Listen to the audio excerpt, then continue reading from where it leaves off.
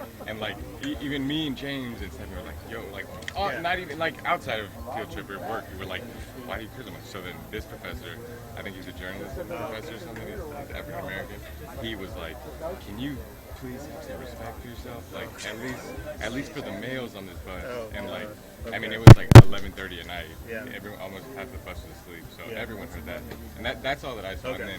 And then on the way off of the bus or whatever, when we got here, she asked Gabby her name, my name, and then I think James, and maybe Tamara. Another that's not a big deal at all to me. It's like, you guys are 21, you can drink. Yeah. I said. Because Renee goes, we're at a game. And I said, yeah, I get that. You guys are at a game. But, I mean, you got to remember that you're on a university trip. No, exactly. Yeah, but... We're just talking about I got an email saying, hey, you see me street for a game. Yeah, not ever did I ever see anyone... I didn't even see... They made it sound like Gabby was totally hammered. No, it's just we were talking, and then, like I said, James said she curses every other word. Every other word. It's like a sailor? Like a sailor, yeah. So, like, I never saw, I didn't even see Tamara grab the beer. Did you see that? Tamara actually bought a beer. Somebody said she brought a beer, tried to bring a beer on the bus. It was like, they said, you can't. It was at the stadium. Oh, they take it away from her? She bought it, and then I guess she bought it and went to go sit down with it. I think they were more worried about like student athletes being on the team than like they don't want them to get in the front. Like I got this email, it's like, all right, I had one of my senior administrators emailed me and she was getting UC service, and I was like, well, all right, I'll talk to them. Nothing's gonna happen. Well, I mean, no one that I saw was drinking. Nobody threw up on the spot. No one. Yeah. But her email made it sound like Gabby couldn't even say her name. She was so drunk. It was just Maybe she's just an idiot. Here comes the Greg Moore Show, chat with CSUN's head baseball coach prior to today's game with University of California, Riverside in Northridge. Hi everybody, Ross Porter with you. Good Friday to all of you. And Greg, today I thought I'd go a different angle with you, not just talk about games and action and individuals, but I'm very impressed with the way that you go about handling these young men who come to CSUN. I'm not talking just about on the field, but you care for them in so many ways. And let's just begin with how you would handle a recruiting trip to the home of perhaps a high school senior that you would like to see to come to this school.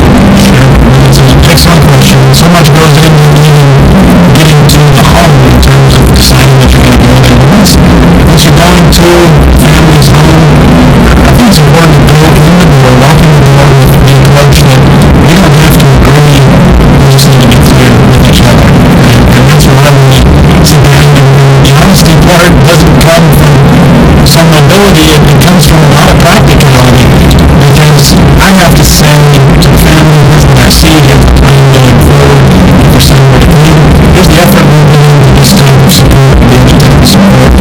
And it's fun. I'll tell families all the time, this will be the hardest thing that we're seeing, that we're going to tell the 18-year-old son today. This isn't the hardest thing that you've ever done. You're going to do it right. There will be harder things when you're 24, 25, 28, 30, you have some family and life and some life experiences that comes. I'm really going with the idea that if we can be clear with each other, we don't have to agree on every detail.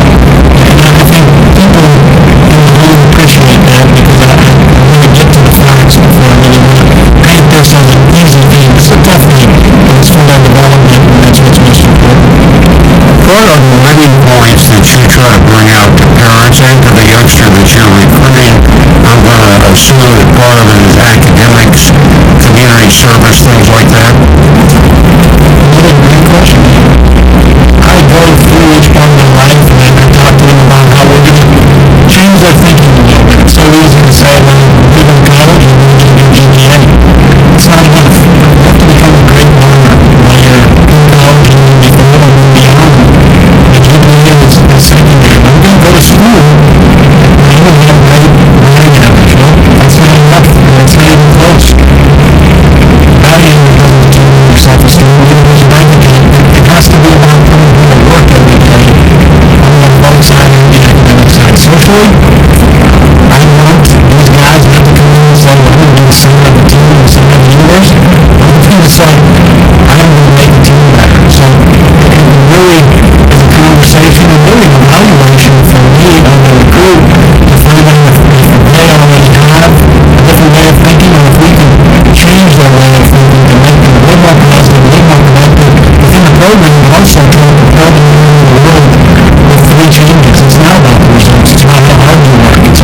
real relationships you make.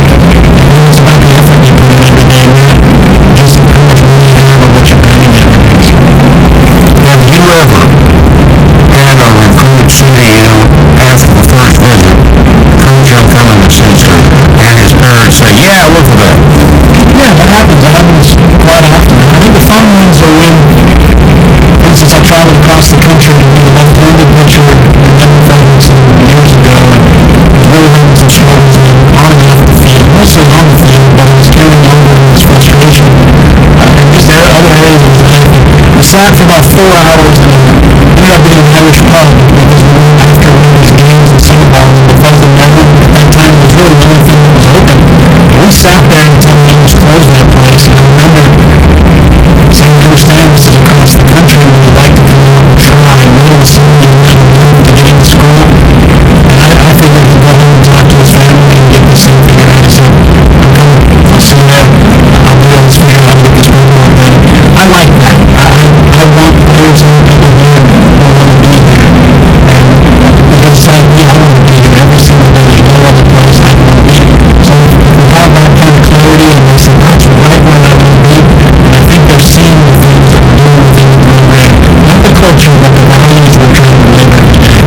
You stress to the parents, we're going to make sure that your son has a lot of time in the library or his study hall. In every area, it's about the balance of challenge and support. I say that often, and then I expand on what that means. I want to make sure these guys are challenged first and foremost. But in that, there's a unique balance with every guy.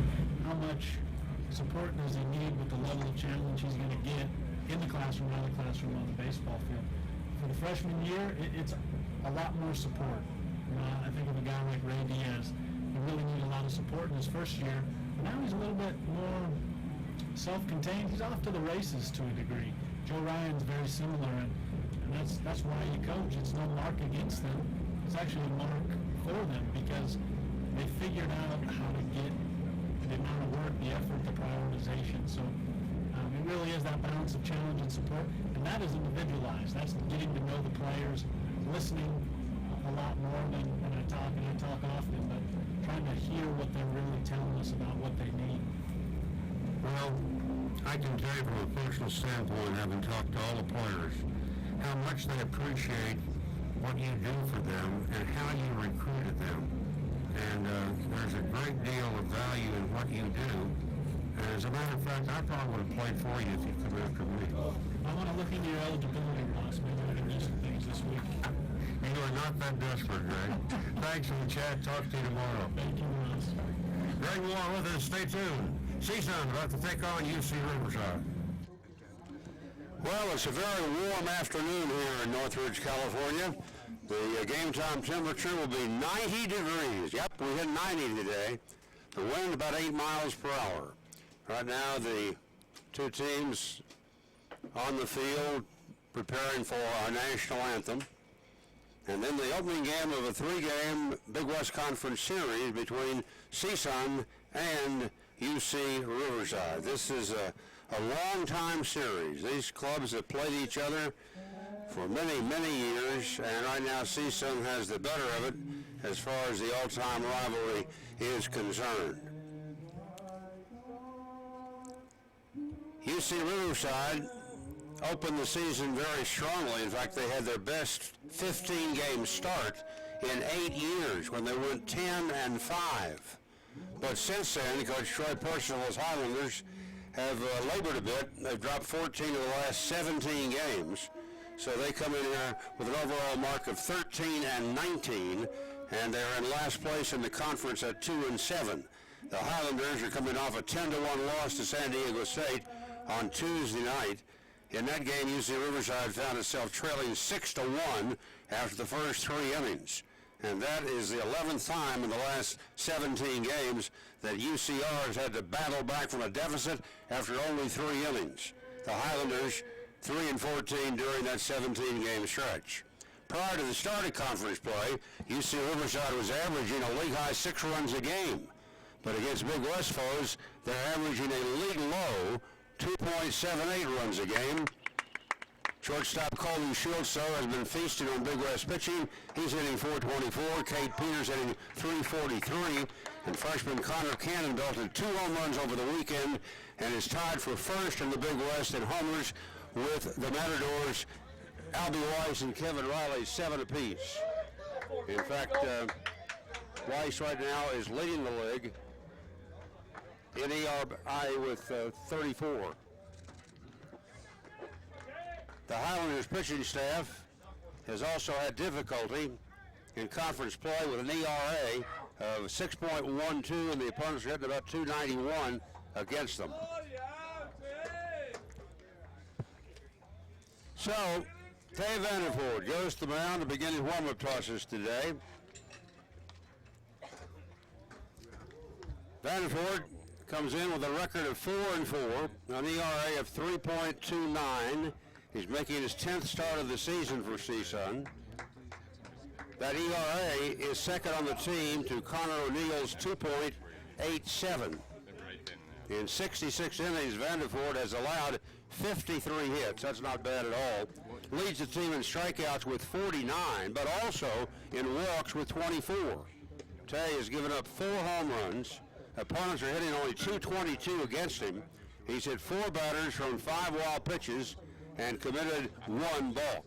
Tomorrow, Sam Myers pitches for CSUN, and Andrew Weston will be the starter for the Doors on Sunday. Those 2 games, Saturday and Sunday, will both start at 1 o'clock Pacific time. We're happy you're along today. I'm Ross Porter, and you're on GoMatadors.com, and today, not only the audio version, but the video version, in case you want to take a look at these teams in action today at Matador Field. The dimensions here, 325 feet down the left field line, 360 feet to left center, 390 to dead center, 360 to right center, and 325 feet down the right field foul line. So here we go. And Mark Contreras will lead things off for the Highlanders as this ball game gets underway. Contreras hitting .375 to lead UCR in batting. And the first pitch of the day is in for a strike, 0-1. Gary Gilman's the plate umpire this afternoon. Jason Kaminsky umpiring the first base. And Stephen Fritzoni's at third. Vandervoort looking down to Alexander for the sign. Okays it. Swings into the windup and the 0-1 pitch. Swung on, popped up foul outside of third. It'll be back and out of play. Contreras, I'm going to show you. I'll pop it up. a very good ball player, probably the best all-around athlete on the UC Riverside team. I mean, he can play center field or first base. Good hitter, good runner, good arm. Last year he hit .333 and had 14 doubles. Here's the 0-2 pitch on the way. That's taken high for a ball. Count 1-2. To set the Matadors for you defensively, Albie Weiss at first, Alvaro Rubicalo is at second, Fred Smith at short, Nolan Bumstead is at third. In the outfield left to right, Harrison Hart, Justin Turner, Nick Sablock, and Dylan Alexander behind the plate. The next pitch is swung on, hit the first, and it's down the line for extra bases. Here comes Contreras around first, digging for second. Sablock slow in getting to the ball, so Contreras just keeps going, and the reload at third will not be in time. It's a triple for Mark Contreras to open the ball game. And he got an 0-2 pitch that he could pull, and he grounded it sharply right over the first base bag past the diving Albie Weiss. So just like that, UCR threatens as this ball game gets underway. Now here's left fielder A.J. Sawyer coming up. Sawyer starts today hitting .241, no homers, and 7 runs batted in. He's a junior out of San Diego. Big guy, 6'2", 220-pounder. Sawyer had a 3-hit game against Cal State Bakersfield this year and a 3-hit day against San Diego. He also tripled and doubled in the same game against Long Beach State. First pitch to him, and that misses for ball to count 1-0. No score, game just underway, but Mark Contreras, the very fine hitter for Riverside, gets a leadoff triple. Here's the pitch. Swung on a ground ball up the middle. One's going to score. Rubalcaba's got it, throws to first in time, but it's an RBI for Sawyer, his 8th of the year, and UCR takes a quick 1-0 lead.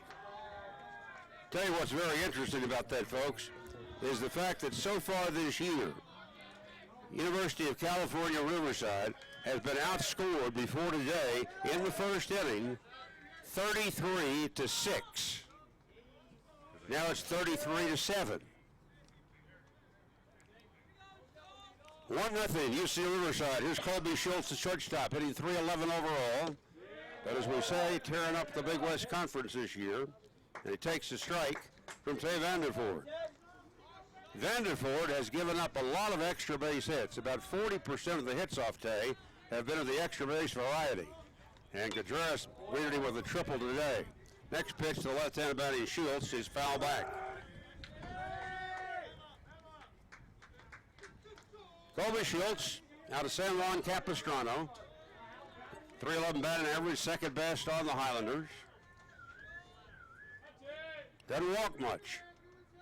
Doesn't strike out a lot. Here's the next pitch to him. Swing and a miss. He strikes out this time on a pitch shoulder high. In fact, that's the only 11th time this year that Colby Schultz has fanned in 145 at-bats. He's only walked 12 times all year. So 2 out, bases empty, a run in for UC Riverside for a 1-0 lead. And here is Connor Canyon, 6'5", right-handed batter, designated hitter, 250-pounder, true freshman out of Riverside, hitting .240. Connor's got a number of nicknames. One of the most popular is Big Country. He swings hard. 7 home runs this year, 2 last weekend. Fouls the first one back. Coach Percival says Cannon has not seen a pitch he has not liked. Go for it. 2 home runs last weekend, came against Hawaii. Vandervoort down 1-0 early. Takes too much time. Cannon asks for time, backs out of there. When UC Riverside has scored first in the game, its record is 7-3. When an opponent has tallied the first run, UCR is 6-16. Well, they get a quick run today. 1 ball and 2 strikes to count now to Connor Cannon. Cannon has been hit by 6 pitches. Strikes out a lot. 36 strikeouts in 31 games. When he hits it, look out. The pitch, down and away for a ball, 2-2. Cannon crushed a 3-run homer against Nebraska in his second collegiate at bat this year to give UC Riverside a 4-0 edge, and they won 4-3. All right, here comes Vandervoort, 2-2. Swung on, popped up. On the infield. Who's going to get it? Calling for it, the shortstop, Fred Smith, leans back and one-hands it to retire the side. But UC Riverside gets a run on a hit, and at the end of a half an inning, UC Riverside won, and CSUN coming up for the first time. You know, these schools first met on a baseball field 58 years ago, 1959. CSUN leads the all-time series with University of Riverside, 114-92, and they even played 1 tie in all that time. CSUN has won 5 of the last 6 against UC Riverside here in Northridge. And since 2011, the Matadors have captured 10 of the 18 games they played against the Highlanders. Is it good to go, Jake? Can you hear me, Jake? 1-0 in favor of UCR. Let's set the Highlanders for you defensively. Around the infield, Casey Warden's at first base.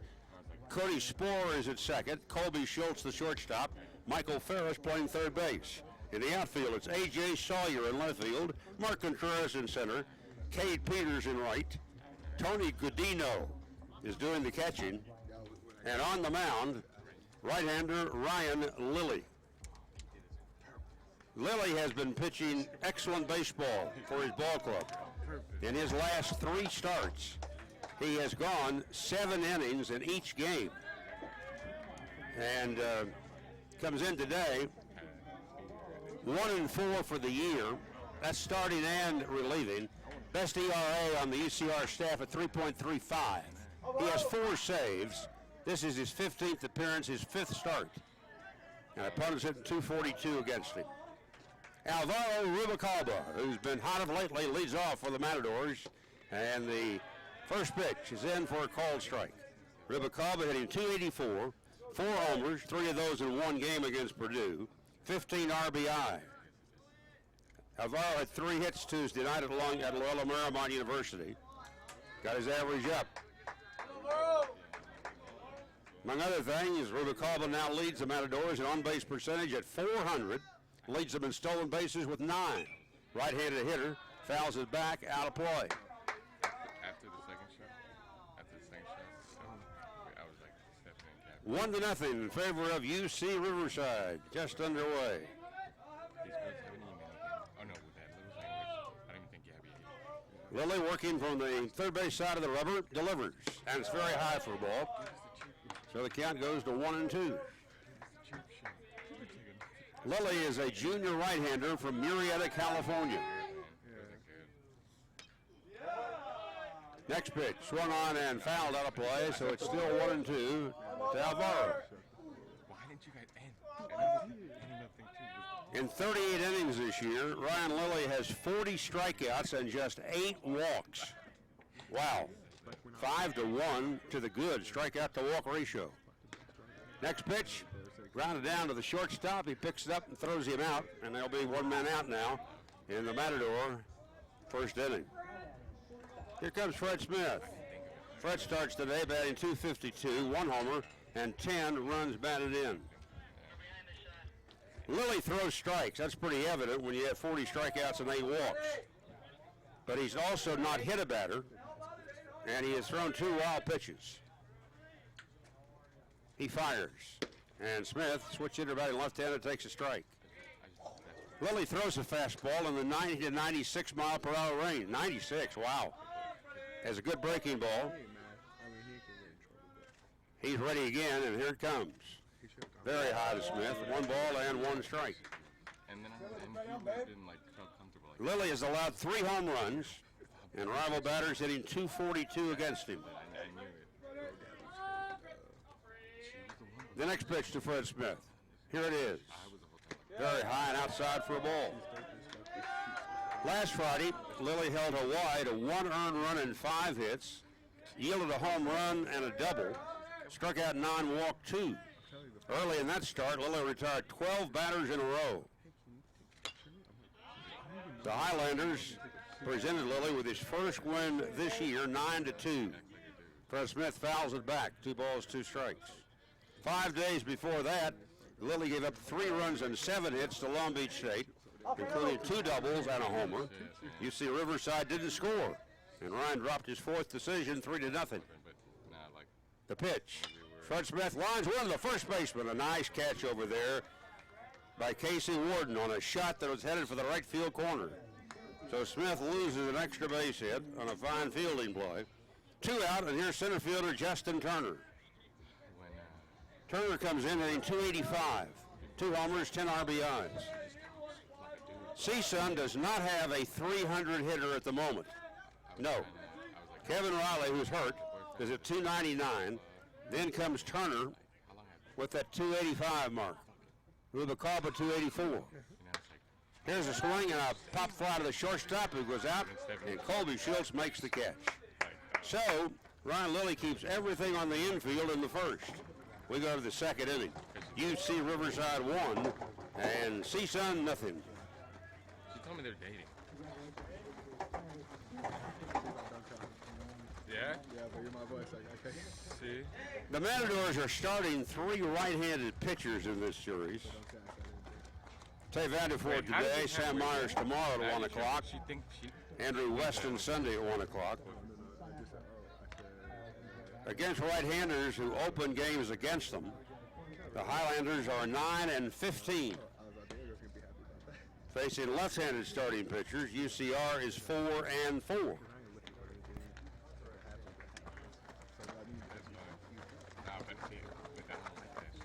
One to nothing in favor of UC Riverside. I know. That's why Highlanders left Riverside at 10:30 this morning, made the bus trip over here to Northridge. Like for 1 day. And trying to snap a modest 2-game losing streak, but they have dropped They've dropped 10 of their last 11 games. They've lost 19 games, but in a way that's misleading, folks. I'll tell you why. Their first 9 games this year were decided by 1 or 2 runs. They were 4-3 in those early 1-run decisions, 2-0 in the 2-run affairs. So that's 6-3 overall. Shit. Stuck's too much shit. And UCR has now played 15 1 or 2-run games among their 32, almost half of them, and gone 7-8 in the 15. Riverside had to play its first 8 games on the road, went 5-3 in the 3 defeats. We're all by 1 run. All right, here's Cade Peters. Left-handed batter, and he takes the pitch that is low for a ball. 1 ball, no strikes. Cade, 6'3", 205-pounder. Redshirt freshman from Stockton. I know exactly. I'm not gonna say anything. Here's the pitch to him. That's taken high. But it's 2 balls, no strikes. Yeah. Peters really swings hard. He's got power. He can go to the opposite field, which would be left field. And he can bat anywhere from 2nd to 5th in the order. Vandervoort trying to throw a strike here. Can't do it. He's high and away. Ball 3, 3-0. You know,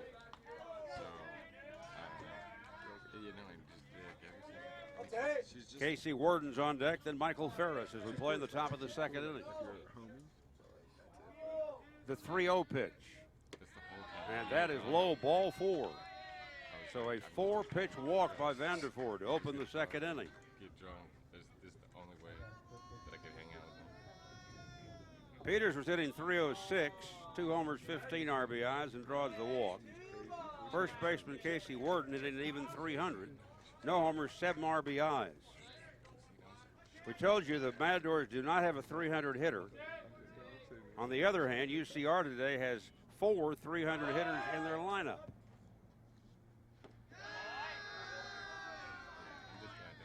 First pitch misses, ball 1. So Tay has missed on 5 in a row to begin this inning. No, she's not. Oh, no, yes, she is. My bad. Casey Warden around as if to bunt. Jonathan. And Vandervoort steps off the pitching rubber. Casey's from Newport Beach, and he was UC Riverside's starting catcher before he suffered a neck injury in an automobile accident this year. We're happy to see him back playing again. He's already showing bunt, and here's the pitch. The bunt is down. Vandervoort's only play to first base, so it's a perfect sacrifice bunt by Warden. Gets Peters to second base. And with 1 out, here comes the third baseman, Michael Ferris. I'm not sure. I just don't want to be high cam, bro. The high cam's gonna kill me. Casey Warden, by the way, has missed 12 games this You and year. Edie, they're gonna go do that. He cannot catch, Said you and Edie. but he can be used, obviously, at other positions, such as first base, where he is today. He can be a designated hitter. He can be a pinch hitter. The pitcher.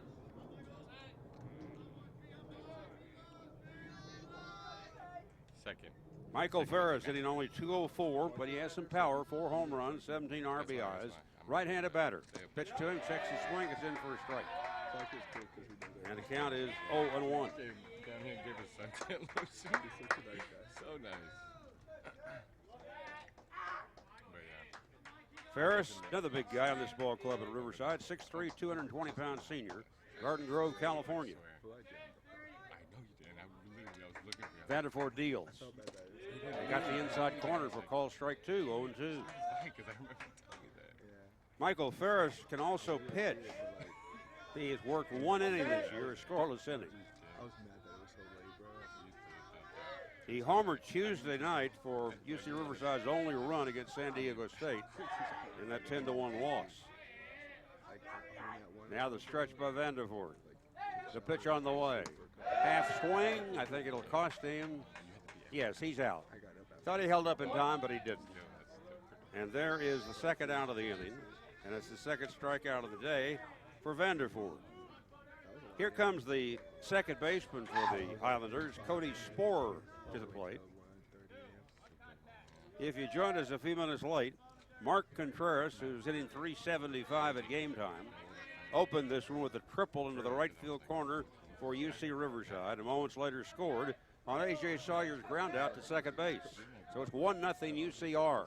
Next pitch in the dirt, nice block by Alexander on ball 1.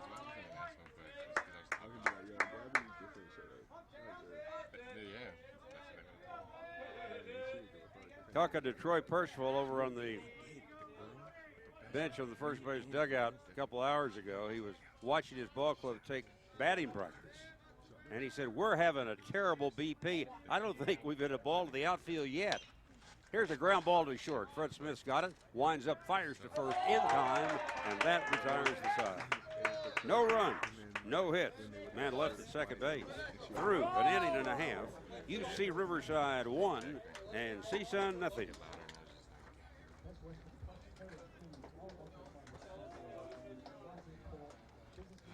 UC Riverside When in the day did you say that? has a better record on the road this year, 6-8, than they do at home, 6-10. And Troy Percival says that's because his team has had so many home games after two of the Highlanders players, Aaron Cisneros and Daniel Martinez, were ruled ineligible. Cisneros, a senior first baseman from San Bernardino, played in 19 games this season, 16 as a starter. So Aaron has now missed 13 games. He has the fifth highest batting average on the UC Riverside squad, 274. He had 2 home runs, 10 RBIs. And in one game against UNLV this year, Cisneros lined 2 doubles and drove in 2 runs. A year ago, Aaron Cisneros belted 8 home runs for UC Riverside. He was second on the team in RBI and slugging percentage. And in 2016, Cisneros had 16 multi-hit games and 6 multi-RBI wins. So, yeah, they really miss him.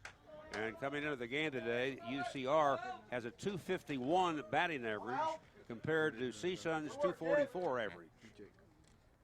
Albie Weiss leads off for the Matadors and goes after the first pitch from Ryan Lilly and doesn't get it. So the count, no balls, 1 strike. Albie batting 271. Shares the conference lead in homers with 7, number 1 in RBI in the league with 34. He's after the next pitch, fouls it off the right side, backing out of play. And the count is 0-2. Troy Percival has used 9 starting pitchers this season for UC Riverside. Greg Moore has had 8 starters. Next pitch is outside to Weiss. And a count of 1-2. You might have to bring Lilly pumps and fires a very high ball I to. think it's in Van Nuys. And the count 2 balls and 2 strikes. I know where it is. I just don't remember how far it was from.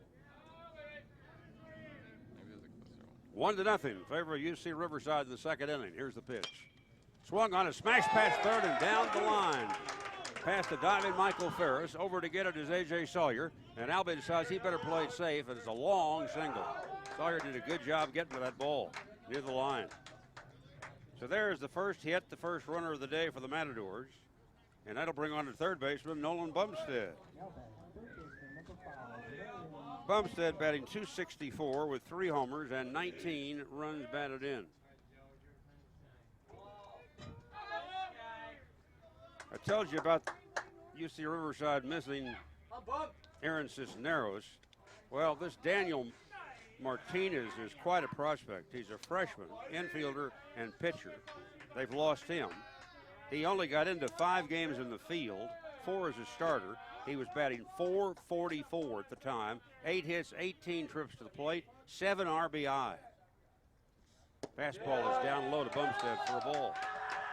Before he was ruled ineligible, Daniel Martinez had a super game against Cal State Bakersfield with 4 hits and 5 runs batted in. And he also pitched in 5 games, 3 as a starter. Worked just 14 innings with a 1-1 with an ERA of 4.5. Next pitch is high and inside the Nolan. Ball 2-0. Timeout, says the catcher. And going out, Tony Godino to talk to Ryan Lilly. Daniel Martinez's victory this year was at Kansas State when he shut out the Wildcats in the opening 5 innings and threw 98 pitches. His loss came in relief at Cal State Bakersfield.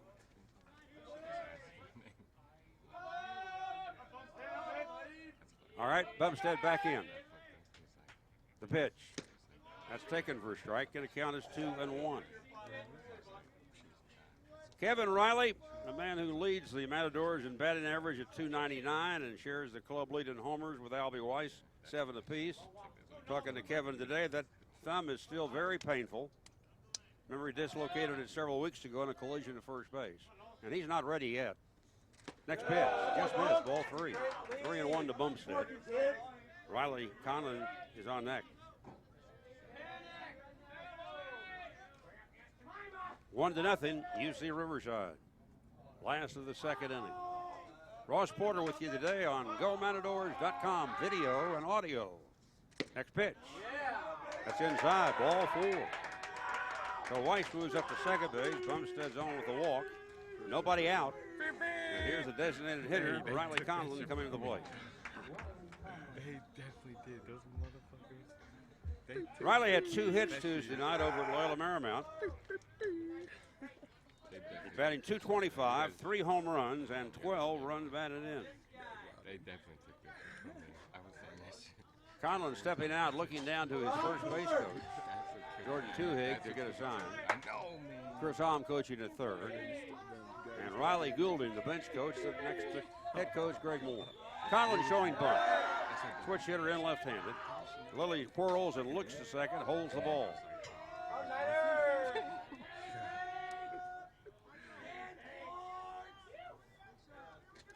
Weiss at second. Bumstead at first. Nobody out. Lilly making his 4th straight weekend start since moving back into the rotation. He's set, and here's the pitch. Conlon bunts. The play will be to first base. It is in time. So Conlon does his job and moves the runners over with a sacrifice. Weiss advances to third base. Nolan Bumstead goes to second. And with 1 out, Dylan Alexander comes to the plate.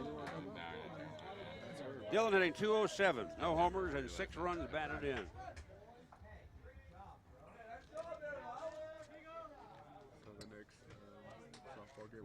For the Matadors, that's their 21st sacrifice hit this season. Back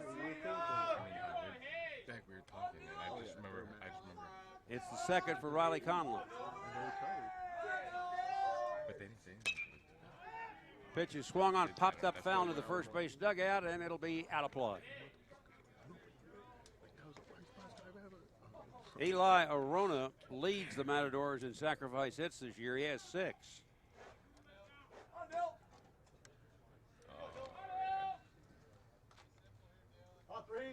Troy Percival was telling me today how difficult it is to schedule teams. He said we only have 2 open dates in 2018 and 2019 combined. These schedules are filled up far in advance. Here's the pitch on the way to Alexander. Dylan takes the strike, and he's in a hole 0-2. Troy Percival and his good friend Darren Erstad, teammates on that 2002 World Champion Angels team, talked for several years about getting Darren's Nebraska team to go against Troy's UC Riverside team, and they finally did it this year. But it took them a while. They scheduled 4 games in spring training at Tempe, Arizona. Got rained out twice and split the 2. The pitch to Alexander just missed outside. The count goes to 1-2.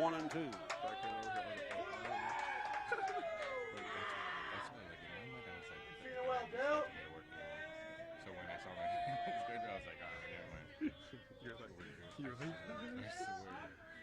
man. Infield about halfway. The second baseman, Cody Spohr, is up on the grass. He's closest to the plate of the infielders. Lilly looking for a strikeout here. The pitch. Foul back, high fastball, and Dylan just got a piece of it. In these 3 games, Ryan Lilly has pitched 21 innings before today. I told you 7-7-7 in innings, respectively, in those 3 games. Struck out 19 men in the 21 innings. And his ERA in that span, 2.58. I knew, that's why. He's dropped his earned run average over a run. I was like, it's me next. Alexander trying to give the Doors the lead. The pitch, swung on.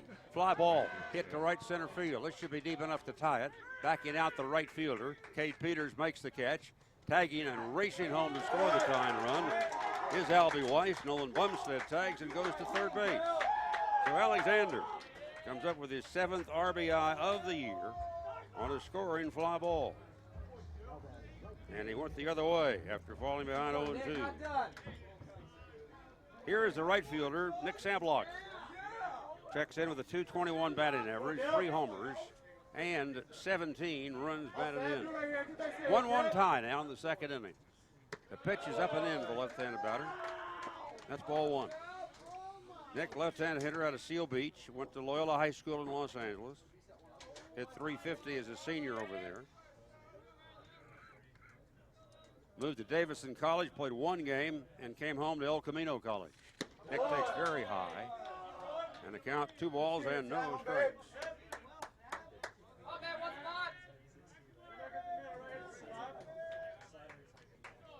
Nick has a lift in his swing. He's learning to hit to the opposite field, trying to go more left field when he can. The pitch, swung on, popped up foul, out of play. And the count 2 balls and 1 strike.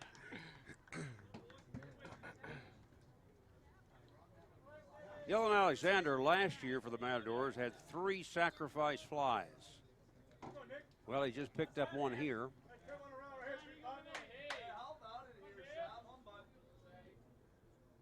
And that's his second this season. The pitch is a smash up the middle of base hit. The Matadors take the lead as Sablock singles home Bumstead. 2-1, CSUN. Sablock has his 18th RBI, moving up the list in that category. So a single, a walk, a sacrifice fly, and an RBI single by Sablock. And the Matadors have the 2-1 lead in the second inning. Here is Harrison Hart getting another start today in left field. Harrison, the freshman out of Pacific Palisades, California, and Palisades High School. He's hungry. Oh, is he hungry? 0 for 18 this year at the plate. And the right-handed batter takes inside for a ball. Greg Moore is very high on this young man. He thinks he's going to have a fine career here at CSUN, and he's giving Harrison a lot of chances here of late to play. He's made several starts of late. He can also play the infield. Checks his swing and outside. There's 2 balls, no strikes. Harrison was a 4-year starter at shortstop for Palisades High School and hit over 400 in his junior and senior years. All city, all league, MVP. Next pitch. Instead to throw to first, runner back. Coach Moore calls Harrison Hart fearless, a carefree freshman. Doesn't worry. More polished than he should be. Good flat swing, can hit off-speed pitches a long way. Here comes the next one to him. Swinging a ground ball to third. Fielded by the third baseman. Ferris fires to first in time. And Harrison will have to wait another few minutes to get his first hit of the season. But CSUN comes up with 2 runs to take the lead. There were 2 hits in the inning and a man left. And at the end of 2 innings in Northridge, CSUN 2, UC Riverside 1.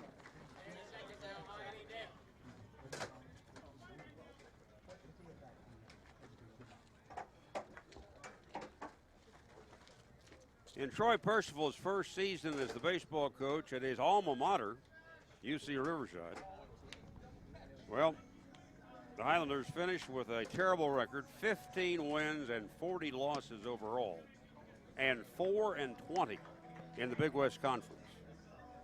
But the Highlanders were vastly improved last season, registering 26 victories and playing .500 in the conference, 12-12. Greg Moore's had similar results at CSUN.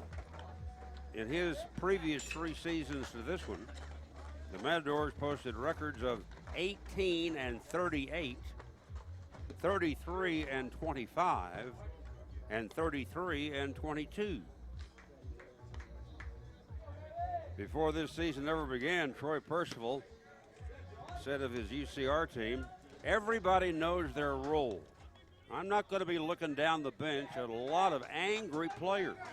Everybody knows their role. But the injuries have certainly hurt the Highlanders after off that good start of 10-5. Third inning. CSUN 2, UC Riverside 1. Here's the catcher, Tony Godino, to lead off, right-handed batter. Tay Vandervoort now has the lead for the first time. And the first pitch, a good breaking ball in for a strike. And the count is 0-1. Cadino hitting .210, no homers and 4 RBIs. He's out of San Diego, a junior. Right-handed batter. 1 strike pitch. Outside for a ball. Cadino had a double and 2 RBI in a 5-2 verdict over Holy Cross. But he's not much of a threat with the bat. He does lead his ball club in sacrifice hits with 5. Here comes the next pitch from Vandervoort. Swung on, stroked foul off to the right, out of play. It will be interesting to see during the afternoon whether Greg Moore calls for more stolen bases.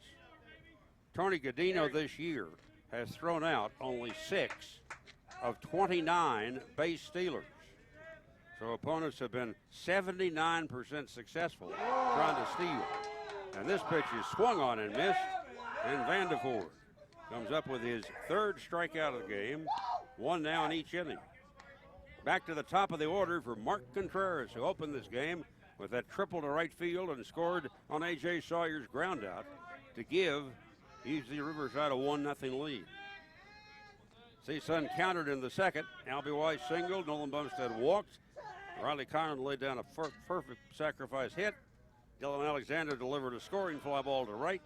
Nick Sablock singled up the middle to break the tie. Contreras coming to the plate. Mark missed a dozen games earlier this season with a hamstring injury. Left-handed batter. And Vandervoort comes inside a couple of times. Ball 2, 2 balls and no strikes.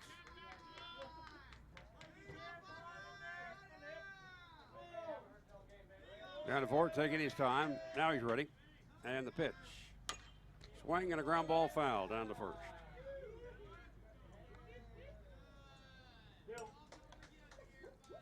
Contreras has been a good hitter since he came to UC Riverside. He's a senior now out of Moreno Valley. Not only tops the team in hitting this year, he's got to be close to 380 with that triple today. But he hit 333 last year with 14 doubles. Next pitch swung on, fouled off to the left, out of play. This year, Mark had a safety squeeze bunt to knock in a run in UCR's 3-2 win over nationally ranked Cal State Fullerton. That has been the prestige victory of the year for UC Riverside to beat Fullerton. Good first step. 2-2 the count. Vandervoort deals. Swing and a pop fly back a third down the left field line. Harrison Hart coming across the line, slides. And it's going to be a foul ball. It dropped. Contreras ran all the way to second base. Harrison Hart had to go into a slide and couldn't quite make the play.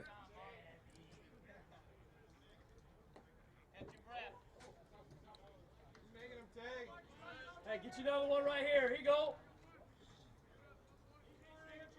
Good first step. Take a look at some of the college baseball scores during the afternoon. They're in the 9th inning at Louisville, and Duke leads second-rated Louisville 5-3. All right, Contreras back in the batter's box. Vandervoort shakes off Alexander the first time. And now Contreras gets tired of waiting, asks for time, backs out of there. You can ask for time, but you better hope the umpire gives it to you, because if you back out and he hadn't given it to you, that pitch on the way is going to count. All right, the 2-2 offering. Swing, a ball that's fouled down the third base side to the coach.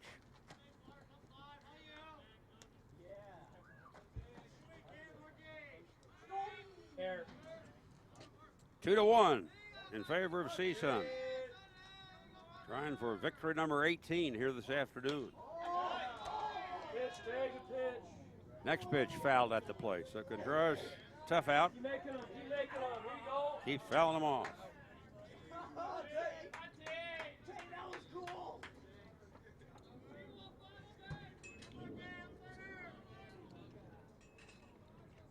Mark steps out, thinking things over. Now climbs back in. Vandervoort deals. Swinging a ground ball. Fair ball at first. Weiss has got it, kicks the bag. Nice play by Albie. Mark Contreras hit the ball almost the same place he hit it in the first inning, that scooted past Albie and went for the triple. This time Weiss made a nice glove-handed stab. going to his left and carried it to the bag for an unassisted putout. Good play. You know, Albie doesn't play that much first base. He catches, he DHs. But that was a fine fielding play by the man from Oak Park, California, the graduate of the Gura High School nearby here. A.J. Sawyer up right-handed, and he takes a pitch low for ball. Sawyer came up with the RBI ground out in the first inning after Contreras tripled. So CSUN was down a run, 2 batters into the game. But they came back with 2 of their own in the second and lead it 2-1, top of the third. Vanderford's pitch. It's in for a called strike. Dave Vanderford, in my estimation, has pitched the game of the year by a CSUN hurler. He hurled a 4-hit complete game at Vanderbilt March 4th. Won it 4-1. He had 8 strikeouts and threw 137 pitches. Here he comes. Swinging a line drive, base hit to left field. Hard up to get it. And Sawyer, the wide turn, stays there. So a 2-out single by Sawyer. And that will bring on Colby Schultz, the shortstop, who struck out swinging his first time up. That's the second hit off Vanderford this afternoon. Tay also had a brilliant game against Washington State this year. He held the Cougars to 1 hit in 7 innings, but he issued a bases-loaded walk, and CSUN was shut out that day. Now the right-hander stretches. Here's the pitch. That's outside for a ball. In his first 8 starts of this year, Tay Vanderford pitched at least 6 innings in all 8. 7 innings in 7 games in one stretch. The other one he went 6 and shut out Portland on 3 hits. Looking for his 5th one today. The pitch swung on, and there is a base hit into center field. Turner up with it. Bobbles the ball momentarily, so the runner keeps going to third, and he'll make it, and the batter goes to second base, and that'll be a rare error on Justin Turner. Schultz with a single. Sawyer was going to stop at second, but when he saw Justin bobble the ball, he kept going, and so did Schultz. And so the Highlanders wind up with 2 men in scoring position after Vanderford got the first 2 batters here in the inning. Now, here is Connor Canyon. Connor, the designated hitter, popped to short first time up. 2-1 CSUN. But UC Riverside threatening to go back ahead. They've got their slugger at the plate.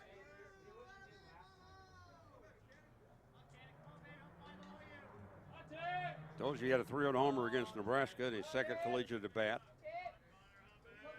He had a homer and 2 RBI against Holy Cross. The stretch by Vanderford, the pitch. Stayed outside for a ball.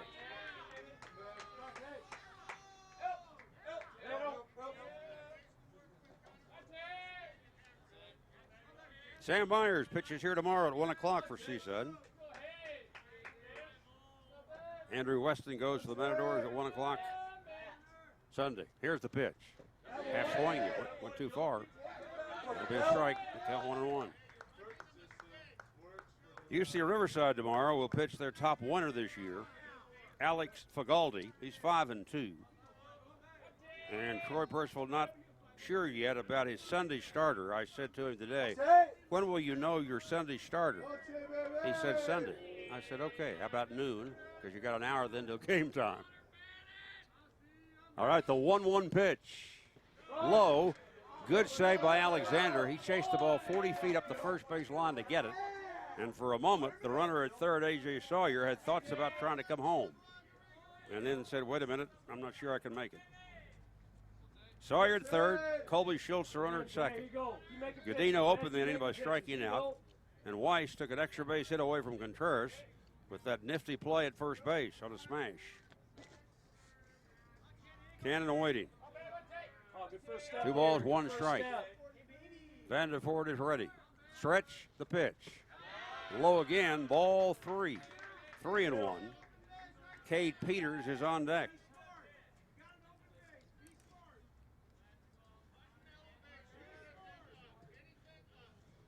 I love Troy Percival's comment to me this week about Connor Cannon. He has not seen a pitch he has not liked. Well, he's got the count going his way here, 3-1. Let's see what happens. Tay delivers. Inside corner, called strike 2. UC Riverside, road uniforms, blue jerseys with gold trim, gold numerals, gray pants. Full count for UC Riverside's designated hitter, the man with 7 home runs this year, Connor Cannon, a freshman. All right, here comes the payoff pitch. Vanderford to Cannon on the way, and strike 3 call. Cannon couldn't believe it. He was going to first base. Whirls and just gestures unapprovingly of the umpire's call, but Gary Gilman rings him up, and Vanderford works out of it with his 4th strikeout of the afternoon. No runs, 2 hits, an error, and 2 men left in scoring position. At the end of 2.5 innings, CSUN 2 and UC Riverside 1. CSUN today is launching a 7-game homestand with this opener of a 3-game series against UC Riverside.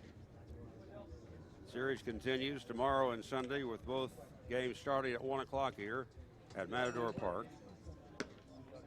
Today we've got a live video broadcast of this game streamed on the CSUN Sports Network via Big West Television. Audio only broadcast will also be available for the Saturday and Sunday games in this series on the CSUN Sports Network. So we thank you for being with us, and hope you're going to have a great weekend, whatever you're doing. 90 degrees at game time. Can you believe that? 90 degrees. Well, second-ranked Louisville got beat at home this afternoon, 5-3 by Duke. They'll have a second game in a doubleheader tonight.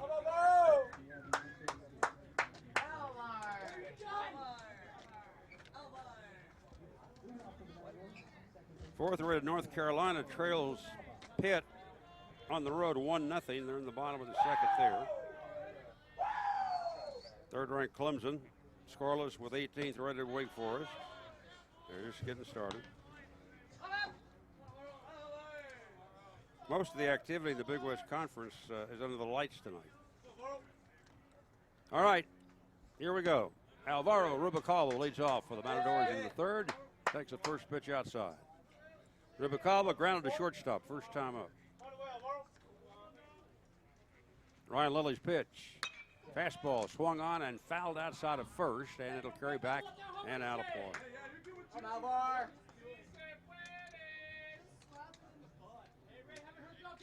UC Santa Barbara is playing at San Diego State this afternoon. That's a non-conference game. At 6 o'clock tonight, Long Beach State is at UC Irvine. And at the same time, 8th-ranked Cal State Fullerton's at Cal Poly. Next pitch, high outside fastball, and Rubalcaba fouls it down the right field line. Oh, no, I got back one. out of play, and Cal State 1-2. No, I'm good. Thank you so much, Edith. At 9:30 Pacific time this evening, UC Davis has a game out in Hawaii. The next pitch on the way. Very high, 2-2 to Rubalcaba. In the West Coast Conference on this Friday afternoon, Pepperdine is hosting Loyola Marymount. Here comes the next pitch. Curveball set inside, ball 3-2. And at 6 o'clock tonight, the number 1 rated college baseball team in the land, Oregon State, plays at UCLA. All right, the 3-2 offering, here it is. Just outside, ball 4. Lilly thought he had the corner on that one. So a runner at first to lead off the third inning for the Matadors. And here's Fred Smith, robbed of a hit on a fine play by the first baseman Casey Warden, who grabbed his line drive in the first inning. Fred's a good bunter, so let's see if Greg Moore has him sacrificing here.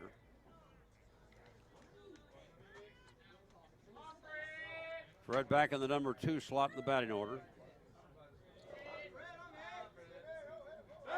Rubalcaba dancing off first, and so Lilly decides to chase him back.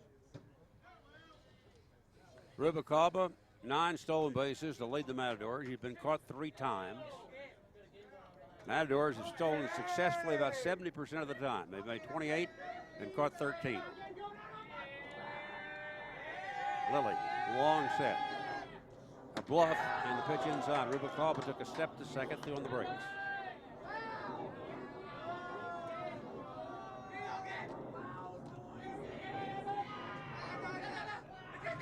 Two to one, CSUN. Bottom of the third inning. Fifth rated Texas Tech is playing Oklahoma State today.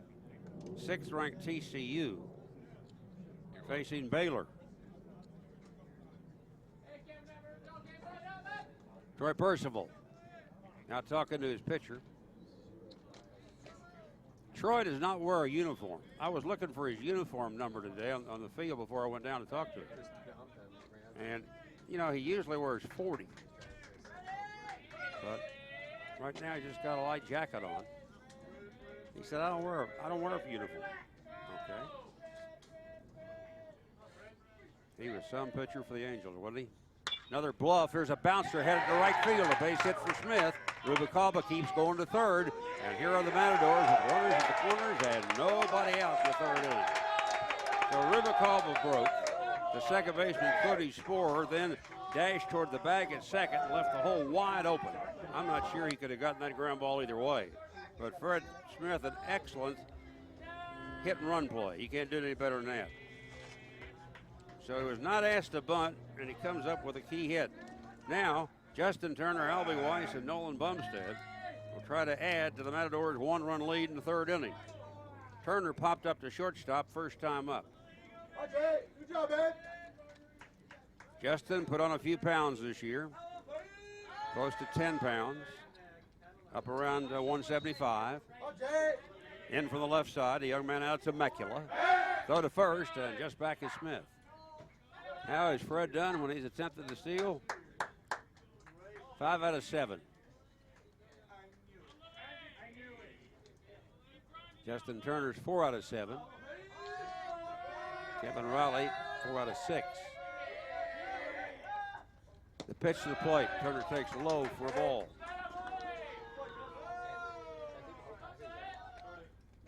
Justin Turner was in a 2 for 21 slump in March. And then he collected 4 hits against Holy Cross on March 8th. Came up with 3 hits, including a homer against Purdue March 10th.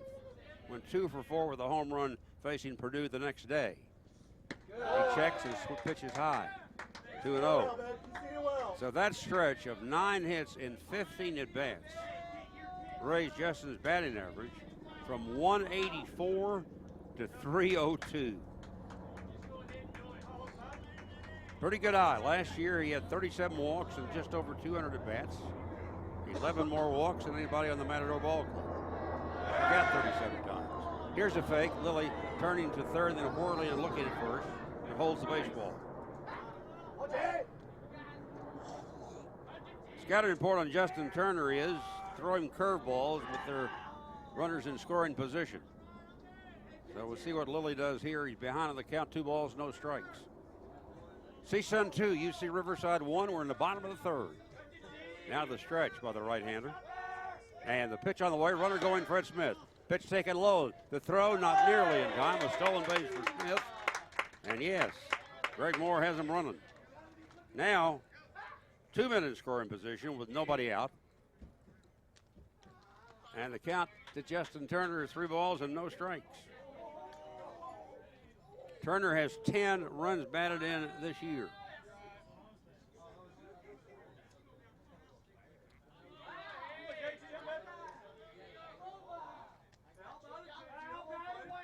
Lilly stretches, here's his pitch.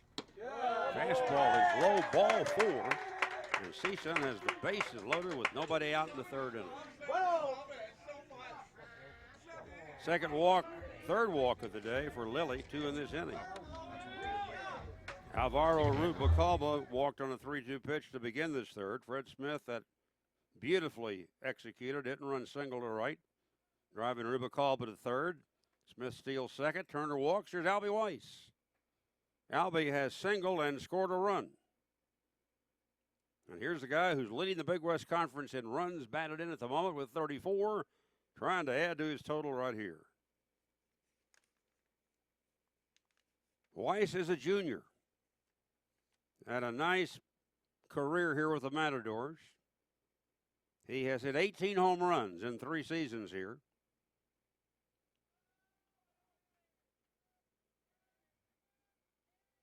Lilly will work out of a windup with 3 on and nobody out. Here's the pitch to Albie. Swung on, foul ball, out of play. Weiss has shortened his swing this year. Coaches have told him, keep your eyes up. And he looks like a better hitter now.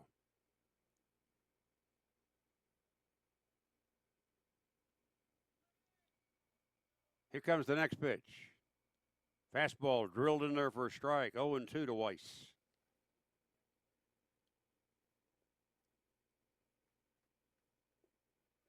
Weiss only walked 18 times last year in 220 at-bats. This year he walked 7 times in 150 at-bats. Next pitch low. So 1-2 count to Weiss.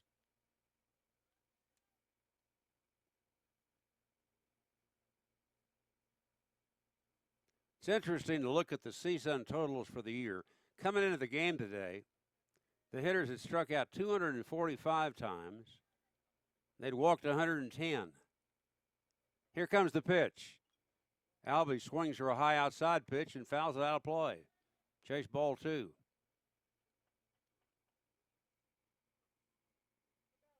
When you look at the UC Riverside hitters this year, they have struck out 270 times and walked only 88 in 32 games. So that's less than 3 walks a game. All right, Ryan Lilly's pitch on the way. Swung on a drive into left center field, base hit. 1 run is in, 2 runs are in. Weiss is on the way to second. He's got a double. It's a 4-1 Matador lead. And for Albie Weiss, RBI 35 and 36. And another double to left center field. Rubalcaba and Smith score. Turner goes to third, and Weiss into second base. So Albie with a clutch hit. And it's a 3-run lead for the Matadors in the 3rd inning this afternoon.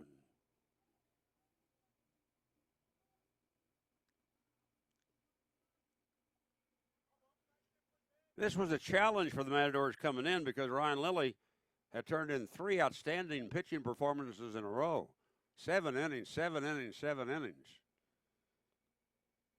Now, the Highlanders have to bring the infield up with 2 more men in scoring position and still nobody out. Here's the 5th man to bat in the inning, Nolan Bumstead. He walked and scored his last time up. The pitch. Low and inside for a ball. And it's 1 ball, no strikes. Game time tomorrow, 1 o'clock. Sam Myers will pitch for CSUN. Alex Fagaldi for UC Riverside. Sunday, we know Drew Weston's going to pitch for the Matadors at 1 o'clock. We have no idea, and doesn't Troy Percival join us in that? He doesn't know either for UCR. Here's the pitch. Down low to Nolan. That's ball 2. 2 balls and no strikes. Riverside has used as many as 8 pitchers in a game this year. And Troy thought that he had really strengthened his pitching staff this season. He thought he had more depth than he'd had the previous 2 years. Bumstead pinwheeling the bat from the right side, waiting. Here's the pitch. That's the strike. High strike, and the count goes to 2-1. Bumstead in the last Matador home game here hit a dramatic 2-out, 3-run homer in the bottom of the 9th inning with CSUN down 8-7 and beat UC Santa Barbara 10-8. One of the highlights of this season for the Matadors. All right, Lilly ready. Here's his pitch. Fastball is low, ball 3. 3 balls and 1 strike to Bumstead. Bumstead does not like to walk. Last year, he walked 9 times in 200 at-bats. Struck out 41 times. He's been told by his coaches, don't give the at-bat away. All right, the 3-1 pitch, upcoming. Here it is. Outside, ball 4, and again, CSUN loads the bases in the third inning. 2 runs in, CSUN 4, UC Riverside 1, and Riley Conlon, who laid down a beautiful bunt for a sacrifice hit the last time up in the last inning, comes toward the plate.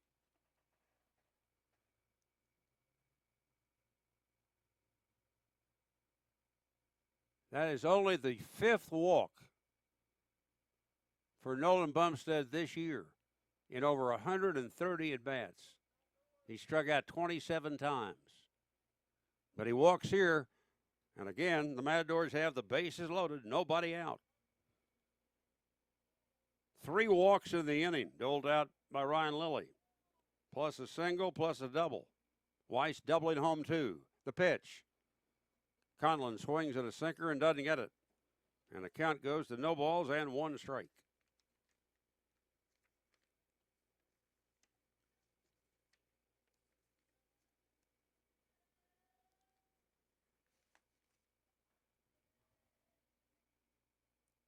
Matadors trying to break this game open right here in the third inning. Scored 2 in the second, now 2 more here in the third for a 4-1 lead. Lilly went into a stretch and then backed off the rubber. Now he's set. And the pitch on the way to Riley. Swung on. Pop fly down the left field line, doubtful, and out of play.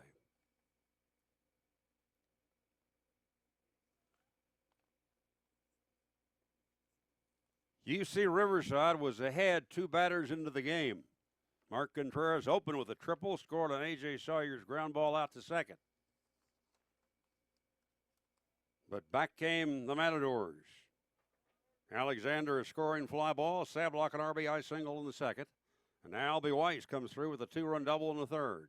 The pitch to Conlon. Swung on, and did he foul it? Yes, he did. Just got a piece of it. So it's still 0-2.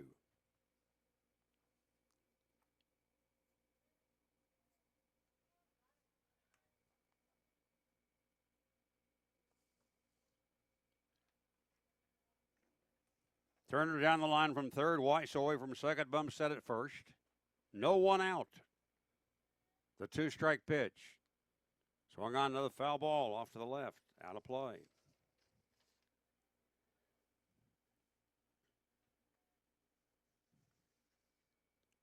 On April 1st this year, Ryan Lilly was able to hold nationally ranked Cal State Fullerton to 2 runs in 7 innings. But the Highlanders managed to score only 1 run, and Ryan lost. Threw 100 pitches that day, 68 for strikes. He's wilder than usual today, and it's cost him. Here's the pitch. Taken down low. That's a ball, 1-2.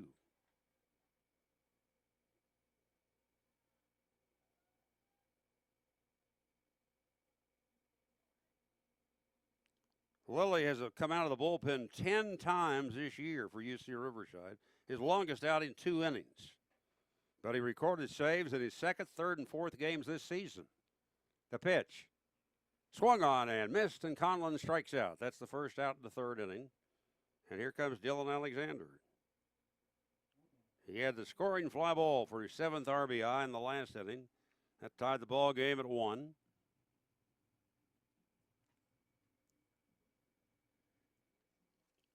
Yes, Lilly had saves early in the season, 3-2 over UCLA, 4-3 against Fresno State in an 18-inning marathon. And would you believe, got a save the next day, 6-4 over Fresno State. Here comes his pitch. Down low for a ball. In those 3 saves, Lilly pitched 4 innings, did not allow a run, gave up only 1 hit, rang up 8 strikeouts, and didn't walk anyone. His other save was March 4th, when he pitched a scoreless 9th inning in a 9-8 triumph over Holy Cross. CSUN beat Holy Cross here earlier in the year. Now, the catcher, Tony Godino, out talking to Ryan Lilly, trying to settle him down.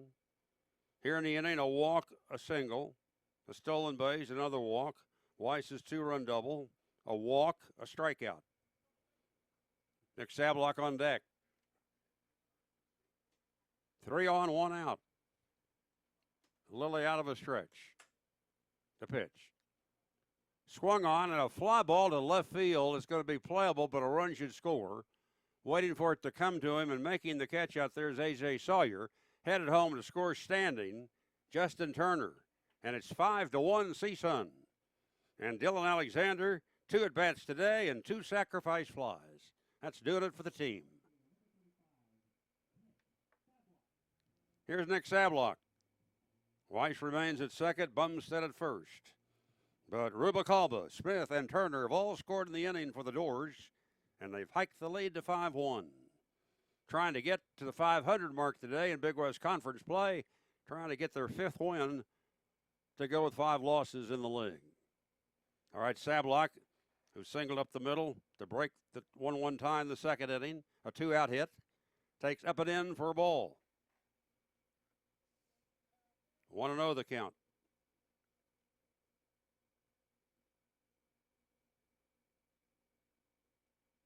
There was a stretch this year where Ryan Lilly did not start a game for 6 weeks until his last 3 games. Came out of the bullpen 10 times. All right, the right-hander down by 4 runs in the 3rd inning, delivers. And there's a Tapper foul back to the plate. 1-1 to Sablock.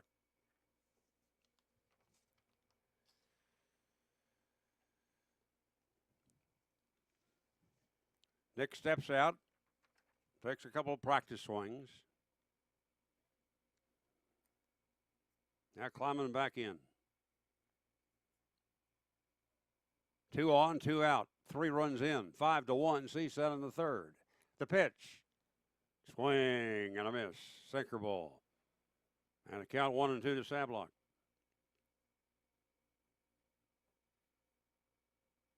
UC Riverside halted an 8-game losing streak last Friday night with a 9-2 win over Hawaii. Their only win in the last 11 contests.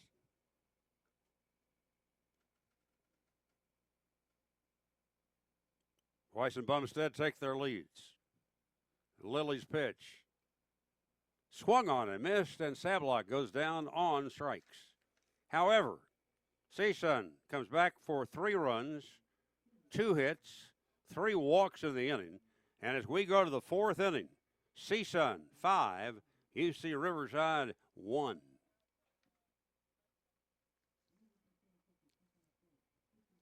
We like to throw in a few features, folks, during the CSUN broadcast. And today I thought we'd do a little bit on the NCAA. You hear a lot about the NCAA. They take a lot of heat, but they also do a lot of good things. And if you're not familiar with it, NCAA, National Collegiate Athletic Association, it's a nonprofit association committed to providing opportunity for more than 460,000 college student athletes who compete annually in college sports. A commitment to academics and student athlete success in the classroom is a vital part of the NCAA's mission to integrate athletics into higher education. People may ask, is the NCAA focused only on sports? And the answer is no. The association's belief in student athletes as students first is a foundational principle. As such, college-bound and continuing student athletes must meet academic standards to participate in NCAA sports. NCAA student athletes as a group annually outperform counterparts in the general student body in graduation rates. Ross Porter with you from Northridge, California. We move along to the 4th inning. CSUN 5, UC Riverside 1. Kay Peters leads off. First pitch to him from Tay Vandervoort is high for a ball. Tay allowed a run very quickly in the ball game, but his mates have come back for 5 of their own. Next pitch stays high. 2-0. Peters walked and was left at second base in the 2nd inning. Left-handed batter waiting. Wiggling that bat high over his batting helmet. Here's the pitch. And that missed high. 3-0 is the count. Peters' walk led off the second inning, but they didn't bring him home. Contreras opened the first inning with a triple. Here's the next pitch, and that's high again. So Vandervoort, another 4-pitch walk to Cade Peters. That'll bring on Casey Warden, who sacrificed his first time up. Tay's having trouble getting the ball down this afternoon. It's that simple. He does have 4 strikeouts. That is his second walk of the day. He's allowed 3 hits. And Coach Greg Moore is out talking to him right now with catcher Dylan Alexander listening.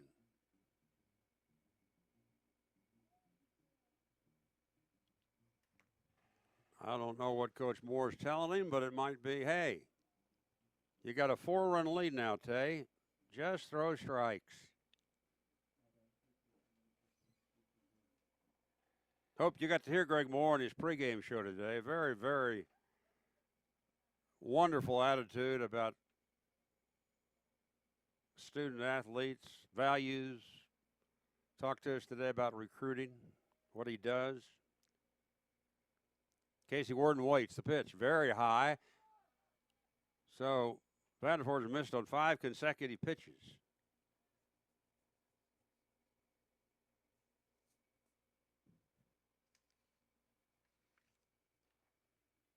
The 4th inning has been the most successful inning this season for UC Riverside. They have outscored opponents in the 4th inning of their games 29-14. Well, they're in the 4th inning today, and Vandervoort just missed for the 6th successive pitch. High and inside, ball 2. Nobody throwing yet in the CSUN bullpen. Vandervoort trying to get into a rhythm, in a groove. Throw strikes.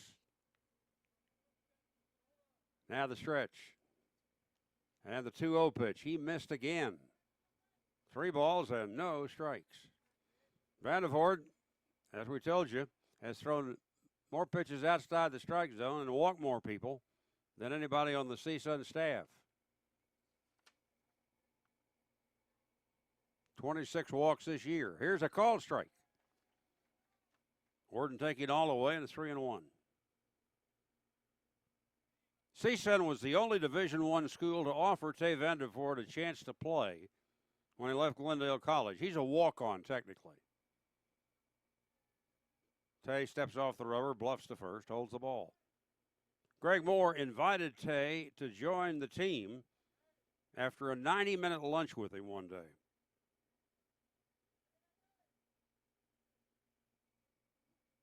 Now the 3-1 offering. Swung on, foul down the left field line. Coach Moore says that Vandervoort pitches better when he gets tired and deeper into a game. Sees the target and goes after it.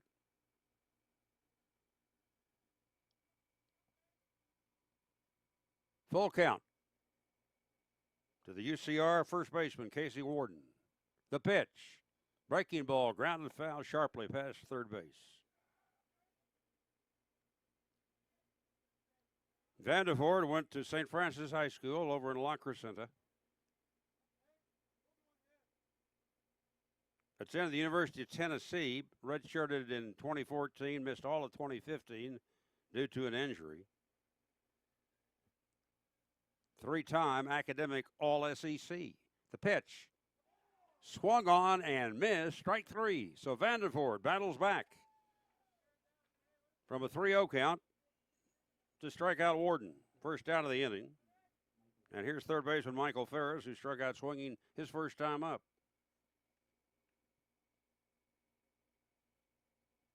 So Vandervoort, 5 strikeouts in 3 1/3 innings, so he must have pretty good stuff. But he's got to get it over. Second inning walk didn't hurt him. Peters, who walked to start this inning, is still at first base in the 4th with 1 gone. Ferris waiting. Pitch. And that is taken outside for ball 1-0. Vandervoort is older than most of his teammates. Yeah. He is 23 next month. All right, the stretch. And here comes the pitch. Swinging a ground ball in the left field past the diving Bumstead. Peters to second base and holding. So the Highlanders trying to come back. Station runners at first and second with one gone in the fourth inning. And here's the second baseman, Cody Sporer, coming up.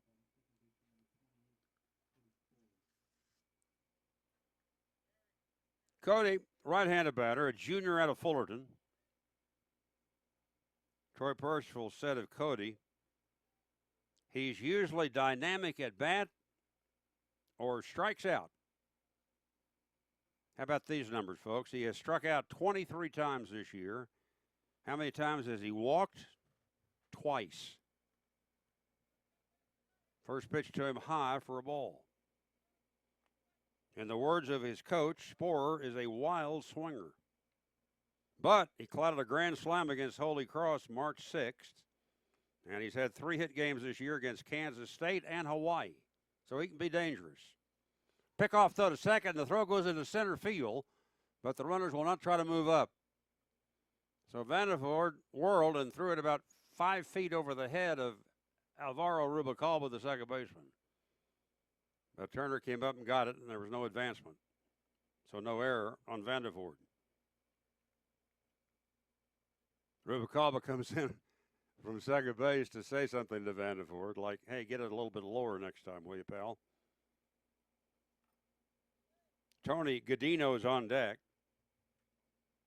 The pitch, very high. And the count 2 balls, no strikes.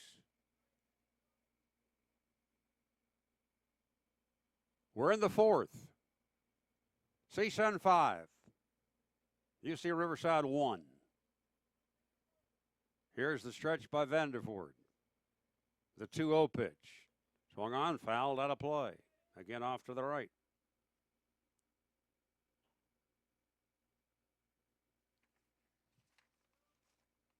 One o'clock game tomorrow, 1 o'clock game Sunday, right here at Matador Park. Come out and see us.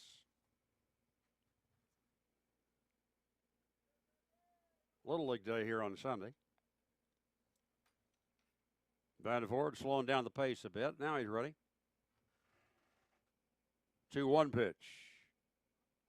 Pop fly, back of first, doubtful, in foul territory, no play. 2 balls and 2 strikes now.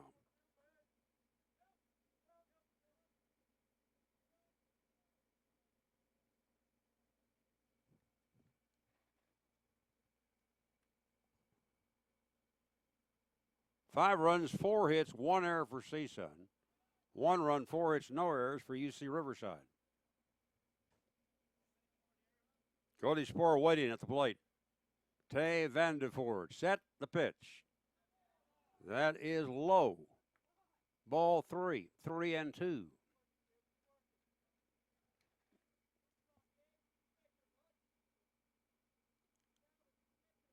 And they're going to get somebody up in the Matador bullpen out in left field.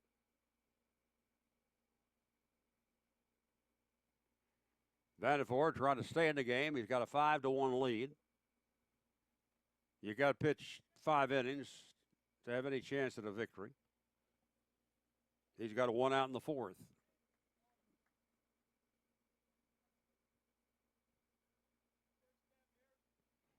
Now we're ready. 3-2 pitch. Inside, ball 4, and the bases are loaded for UCR. Peters goes to third. Ferris to second. Sporer is now the runner at first. And here's the 9th place hitter, Tony Godino, who struck out swinging his first time up. Godino barely hitting 200 this year.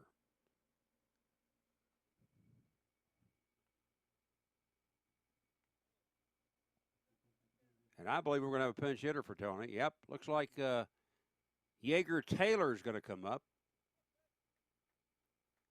Yeager, a sophomore out of Hemet, California.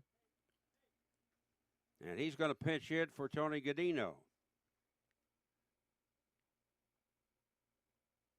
Yeager hitting .241. 1 homer, 12 RBIs. Left-handed batter. Alexander out talking to Vanderford.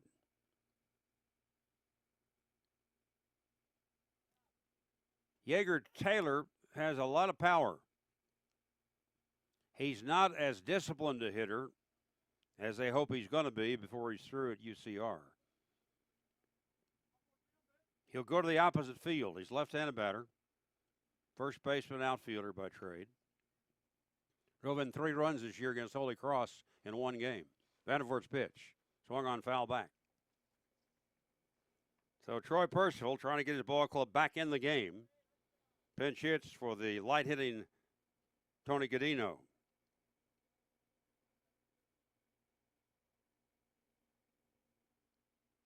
Yeager-Taylor, sophomore. Waiting at the plate with the bases loaded. 1 out. Here's the pitch. Inside for a ball. And it's 1 ball, 1 strike. Here in the inning, Peters walked. Warden struck out after the count had been 3-0. Ferris singled to left. Sporer has walked to fill him up. Infield back, double play depth. Shortstop Fred Smith is in behind the runner at second and very close to the second base bag, but deep. Vanderford's pitch. That missed outside. Ball 2. 2 balls and 1 strike.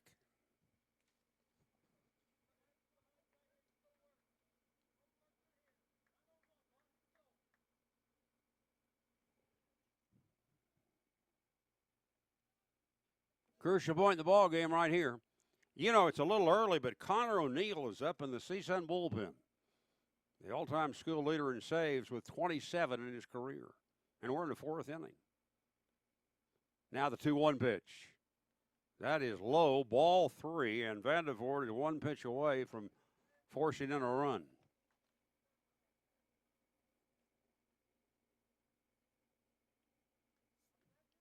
If you're the hitter, Taylor, you're looking for a pitch you can drive.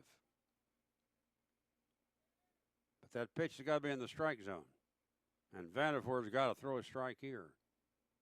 If he doesn't throw a strike here, folks, he may be out of the ball game. 3-1 pitch. Here it is. Swinging a ground foul to the first base dugout.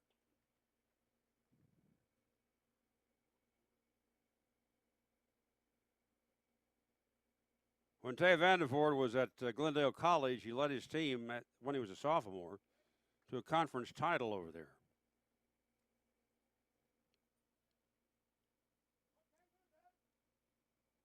Another full count to a UCR hitter. Peters is at third, Ferris at second, Sporer at first, 1 out. 3-2 pitch. On the way. Swung on a chopper to second base. A run's going to score. They only play to first in time. Cade Peters scores to make it CSUN 5, UC Riverside 2. Michael Ferris goes to third base. Cody Sporer takes second. Yeager-Taylor picks up an RBI on the groundout. And now, the dangerous Mark Contreras comes to the plate. One of the top hitters in the Big West Conference. Began the day hitting .375. Tripled to start the ball game and scored. And then robbed of a base hit on a dazzling play by first baseman Albie Weiss on a smash in the 3rd inning. First pitch, misses, ball 1. 1-0. Here comes, now they're going to intentionally walk him. So even though this would put the potential tying run on base, Greg Moore wants to take the bat out of Mark Contreras' hands, and you can't blame him.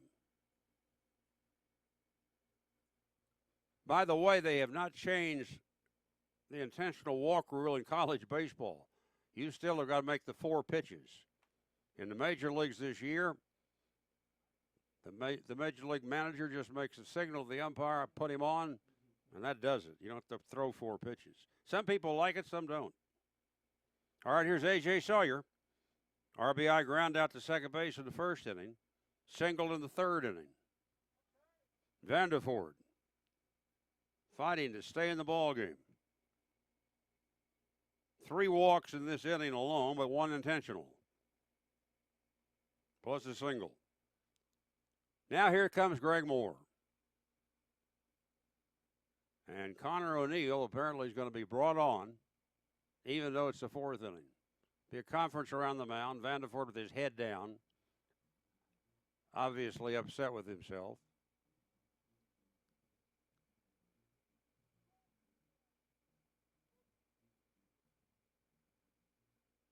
Connor takes one last swig of water in the bullpen, and here he comes.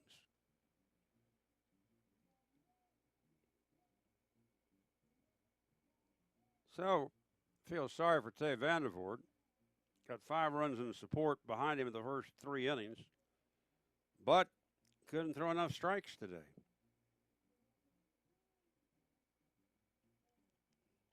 So no chance for Vandervoort to up his record to 5-4. And here is Connor O'Neill. Connor with the lowest ERA on the Matador staff, 2.87. Vandervoort had been second at 3.29. O'Neill with a record of 3 wins, 3 losses, 5 saves this year, 27 saves in 3 seasons for a CSUN record. This is his 20th game of the year. Vandervoort was making his 10th start. Kyle Nichols been in 15 games. Matt Campbell in 10, Drake Atley in 10 among the CSUN pitchers. So here is Connor O'Neill.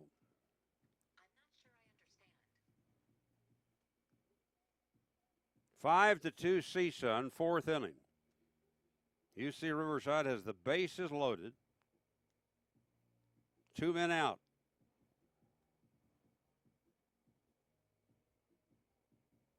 A.J. Sawyer will be the 7th Highlander to bat here in the 4th inning. We told you, 4th inning has been their most successful inning this year. Well, they've got 1 run in, trying to get a lot more here. But they've got to do it against a pretty good pitcher in Connor O'Neill. I was thinking last night whether we'd get to a situation sometime over the weekend in any of these 3 games where it came down to Connor O'Neill of CSUN with the game on the line facing Connor Cannon, the power hitter of UC Riverside. Colby Schultz is out on deck, and then Connor Cannon after that. So Connor O'Neill would prefer not to face Mr. Cannon in this inning. Otherwise, the Matadors will either be tied or behind.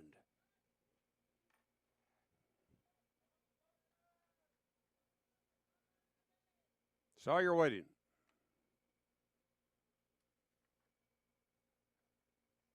O'Neill ready. Here's his pitch. Low outside, a great save by Dylan Alexander on a pitch in the dirt.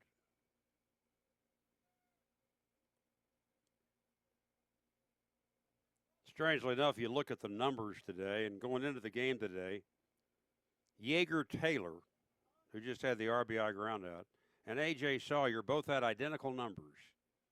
20 hits in 83 at-bats. 241 batting average for each man. Sawyer waiting the pitch. In there, breaking ball for a strike, 1-1. O'Neill, one of the 5 seniors on the CSUN team.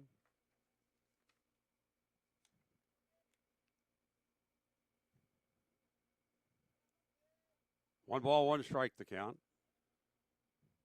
Connor ready. Here he comes. Swing and a foul tip at the plate, and the count 1-2. O'Neill had 12 saves as a sophomore. School record for 1 year. 10 saves as a junior. And 5 so far as his senior year progresses. 27. 1-2 the count. O'Neill looking for the strikeout here of Sawyer. Bases loaded, 2 out. Here is the 1-2 pitch. Outside, ball 2.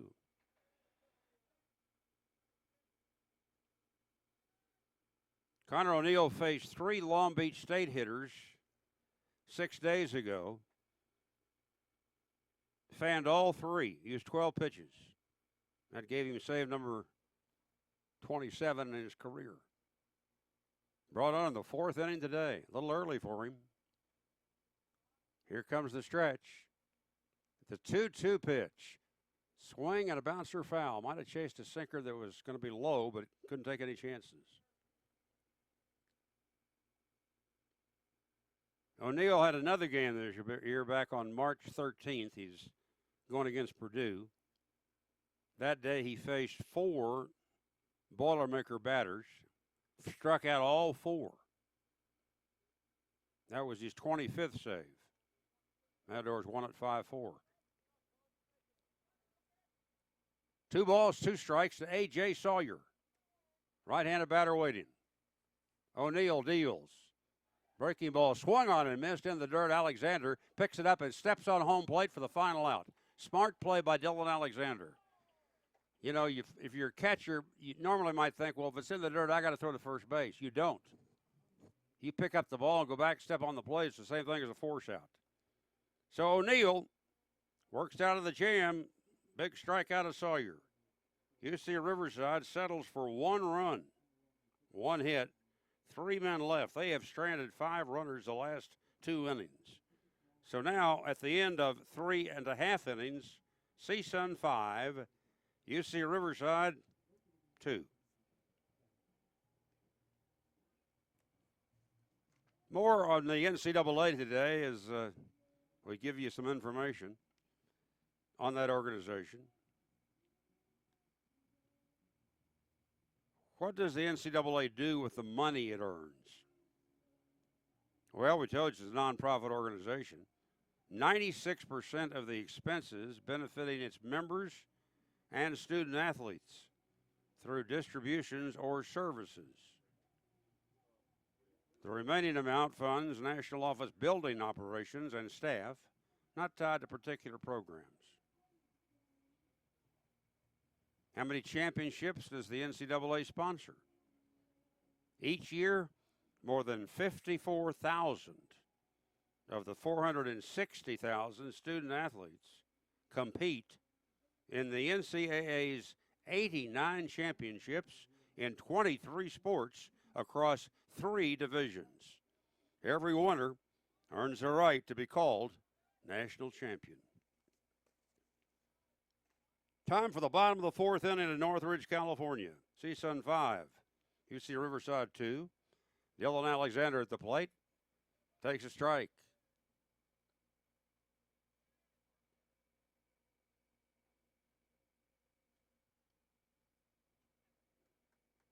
Let me check myself. It's a Harrison Hart up.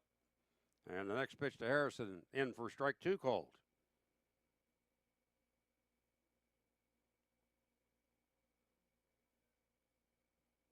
Hart grounded third, first time up. Next pitch called strike 3. So 1 out, last the 4th inning. And here is Alvaro Rubalcaba. He has grounded to short, walked, and scored a run. He began the 3rd inning when the Matadors had a 2-1 lead with the leadoff walk. Fred Smith had a perfectly executed hit and run play, singled Alvaro to 3rd. Fred stole 2nd. Justin Turner walked to load the bases. Albie Weiss ripped a 2-run double to left. Bumstead walked. 1 out later, and Alexander scoring fly ball. And CSUN had 3 runs in. Alvaro takes outside for a ball. Alvaro. I said to him the other day, what do you prefer on pronunciation of your first name? He said, it doesn't matter. I said, what do you like? He said, Alvaro. I said, that's the way it's going to be. Next pitch low, ball 2, 2-0.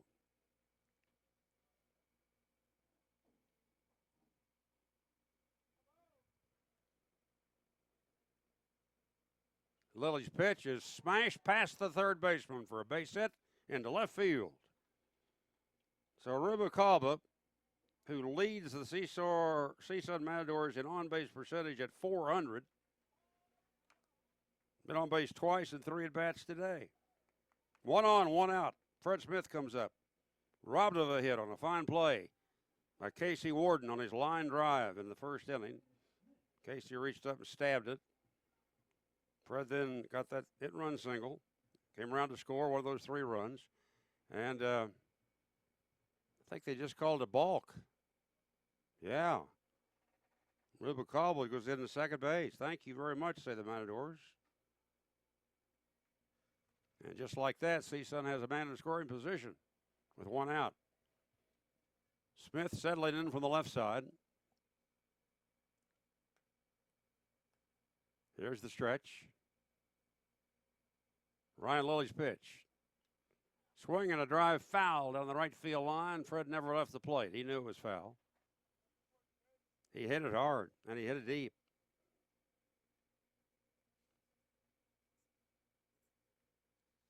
One o'clock game tomorrow. 1 o'clock game Sunday right here at Matador Field.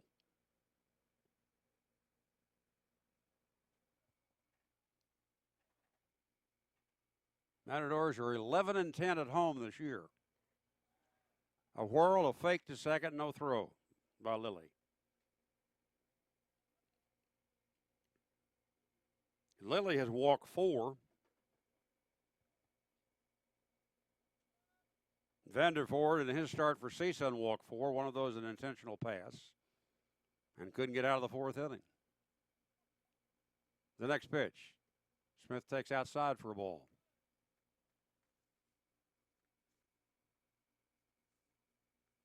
Fred Smith has lived in Hawaii, Northern California, Southern California. Now makes his home in Redondo Beach. Switch hitter. He and Riley Conlon are the 2 switch hitters on the doors. Lilly prepares to throw it. There goes Rubalcaba. The pitch is swung on. A base hit to right field. Rubalcaba can walk home. It is 6-2 Matadors. Here's Smith, the second base. He's got an RBI double. Rubalcaba was going to break for third and already broke for third. Going to try to steal it, and Smith ripped it. And Fred has his 11th RBI of the year. So after UCR got a run in the top of the 4th, CSUN comes right back for a run of its own in the bottom of the 4th. And it's still only 1 out, and here's Justin Turner. He's popped to short, walked, and scored. CSUN 6, UC Riverside 2 in the bottom of the 4th. There goes the runner to third. The pitch, high, the throw, safe. And Fred Smith steals third. He'd stolen second in the last inning. We mentioned it earlier.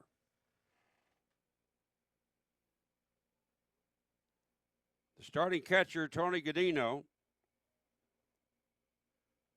had thrown out about 20% of base stealers this year. Of course, Tony is now out of the ballgame. And we've got a new catcher in there, and that throw to third was just too late. Next pitch to Turner. Misses, ball 2-0. That's interesting. Casey Warden has got in to catch, although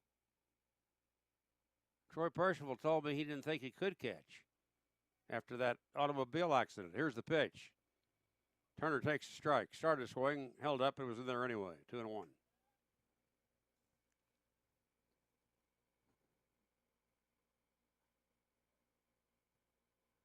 Six to 2 CSUN.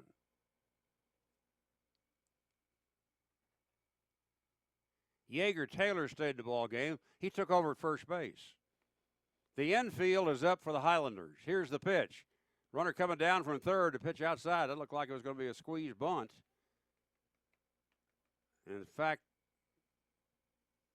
it really looked like a squeeze. In fact, Chris Hom, the third base coach, goes over to Smith, and they do a little communicating right there. The count 3-1 to Justin Turner. Justin in left-handed waiting. Here comes the pitch. Swing and a miss. 3-2.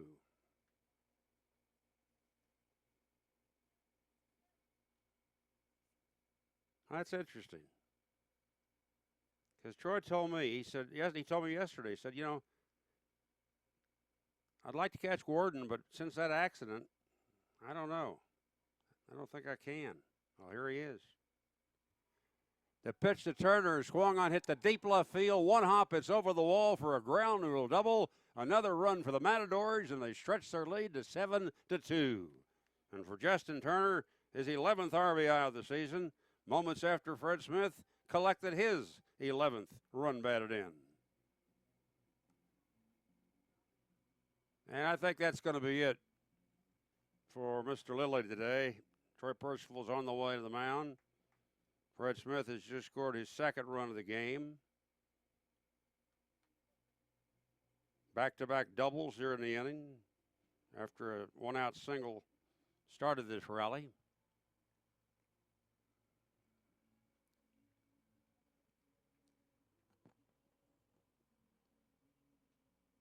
All of the infielders gathered around the mound.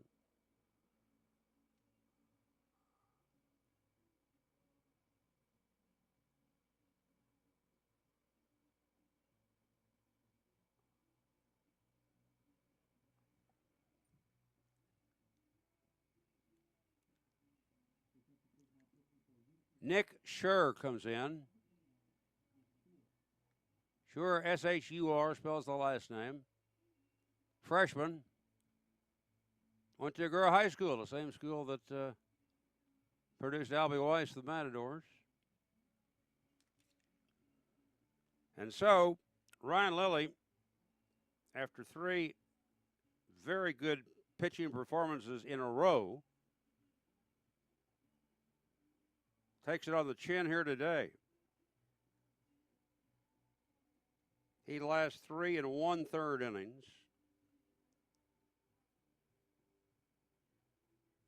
He's charged with at least 7 runs. Justin Turner is his man at second base.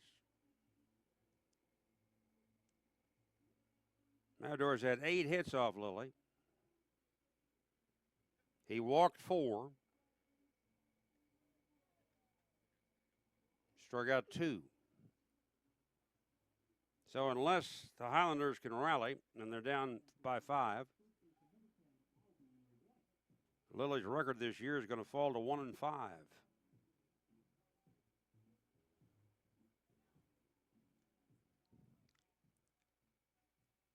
Nick Schur is in his 5th game. No decisions. Good ERA, 1.59. He's only worked 5 2/3 innings, allowed a run. 3 strikeouts, no walks. Here is Albie. So it's Agoura High School versus Agoura High School. How do you do? Here's the stretch. Pick off throw to second. Runner back.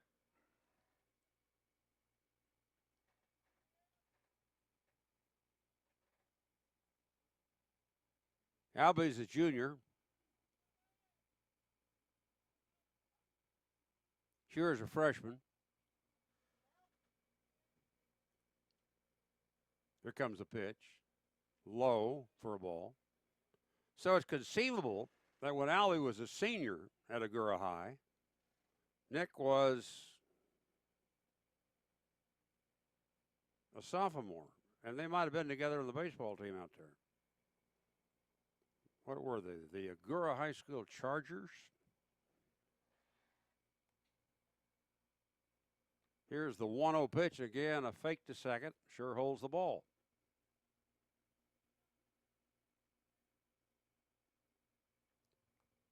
Troy Percival thought he did a pretty good job of recruiting pitchers after last season. That's why he thought he had more depth than he's had among his pitchers. Next one's outside to Weiss. And the count is 2 balls and no strikes.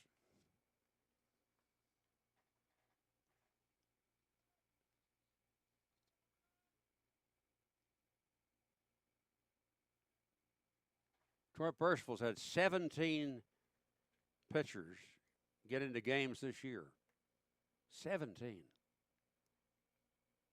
Pitch to Weiss. Swung on. There's a fly ball out to left center field. Up to make the catch is the left fielder, A.J. Sawyer. That's out number 2. Justin Turner returns to second base. Albie Weiss had singled and scored in the second and came up with that 2-run double in the third inning that gave the Doors a 4-1 lead at the time. All right, Nolan Bumstead's turn. He's walked twice. Scored a run in the second inning.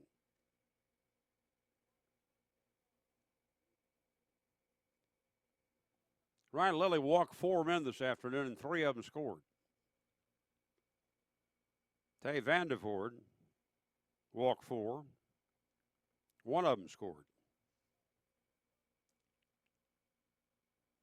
Nolan in right-handed. Man from Calgary, Alberta, Canada. The pitch. Low. Nice stop by Casey Warden.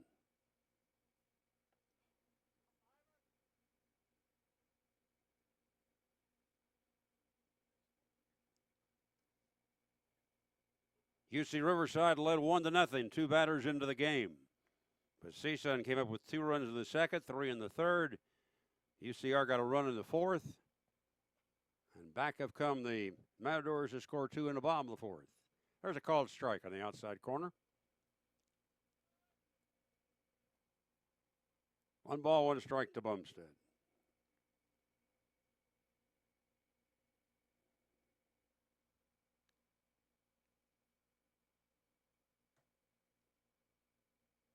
Nolan, great student, near straight A at CSUN. Waiting for Nick Skur. Here's the pitch. Breaking ball, stayed outside. So sure, sees the cat 2-1 now to Bumstead.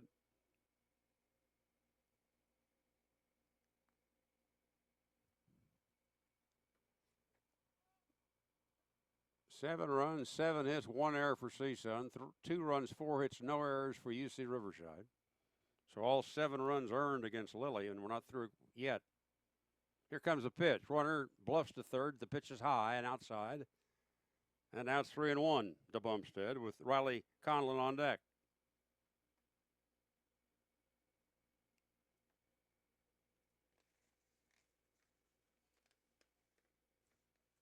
Bumstead, the man who does not like to walk, has been passed twice today in 2 at-bats. Scored a run. 3 balls and 1 strike. Sure delivers. Inside, and would you believe Nolan Bumstead has walked 3 times in the same game. Runners at first and second. Here's Riley Conlon. Sacrificed his first time up, went down swinging the last time up.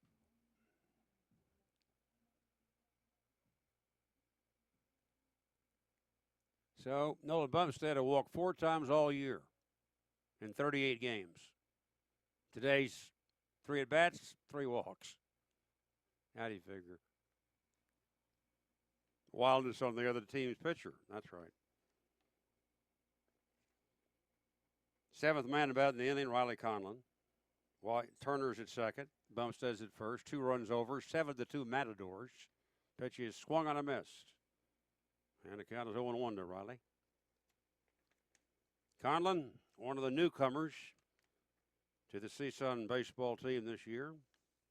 Graduate of Chatsworth High School, not far from here, makes his home in Canoga Park. Spent some time at Creighton University.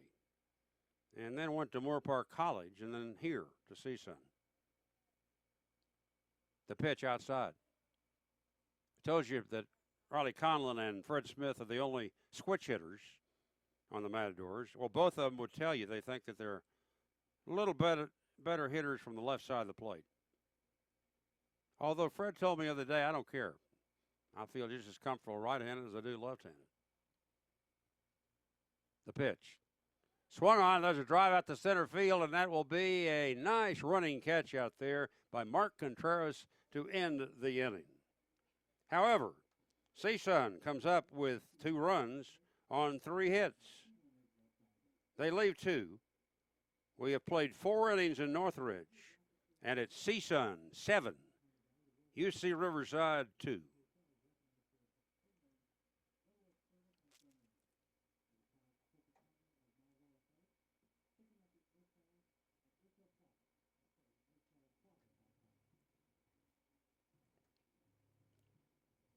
Tomorrow at 1 o'clock right here at Matador Field,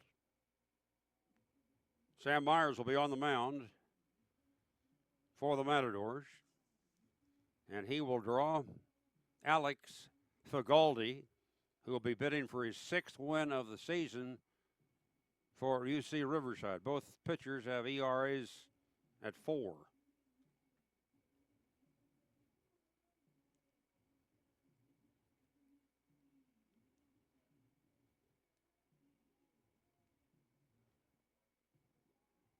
Right now, CSUN is tied for 5th place in the Big West Conference. 4 wins, 5 losses.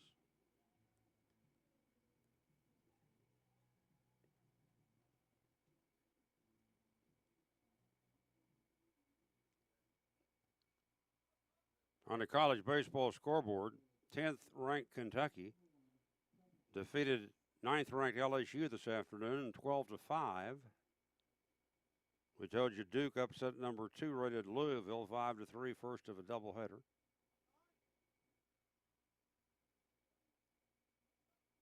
'20th ranked Texas A&M, a 2-1 winner over Tennessee today.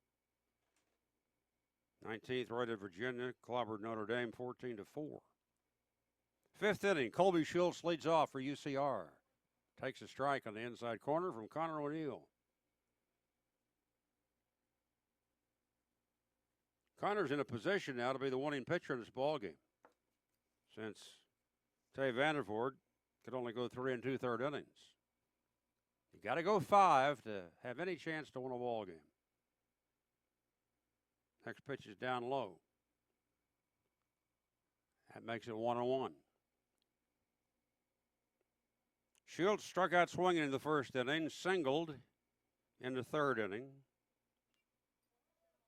Pop foul back at 3rd, questionable. Bumstead over. Did he get it? Yes, he did. Nice play. Nolan went out of our view.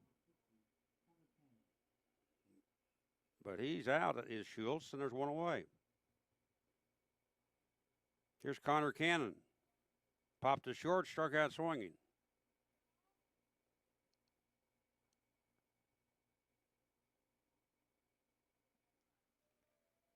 UC Riverside has had a triple and 3 singles in this game. There's a called strike to Cannon. It's Connor versus Connor, and the pitch, swing and a miss, breaking ball. So here was the matchup that we wondered whether we see this weekend, and we got it. First day. The veteran Connor O'Neill against the true freshman Connor Cannon. The pitch swung on and missed, and the veteran wins their first battle. 3 pitches, a strikeout. 2 away in the 5th. Here's Cade Peters. He's walked twice, scored a run in the 4th inning.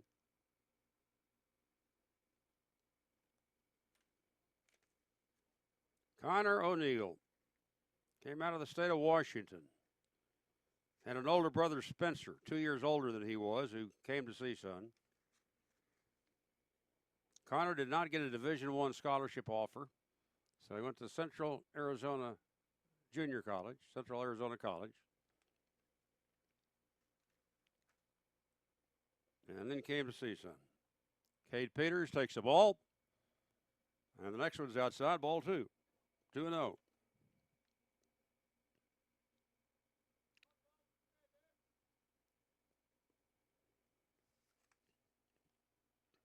So that worked out very nicely for Greg Moore when Connor O'Neill joined the fold. O'Neill is inside, and he is behind Peters 3-0. Cade is 1 pitch away from duplicating Nolan Bumstead with 3 at-bats and 3 walks today.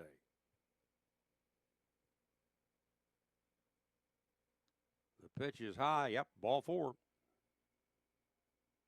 So Peters strolls to first base. 2 away in the 5th inning. Here is Casey Warden coming up. Started at first base, then became the catcher.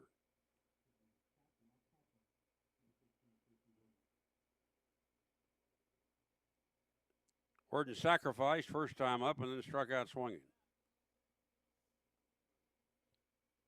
UCR led 1-0. CSUN went ahead 2-1, 5-1, 5-2, now 7-2.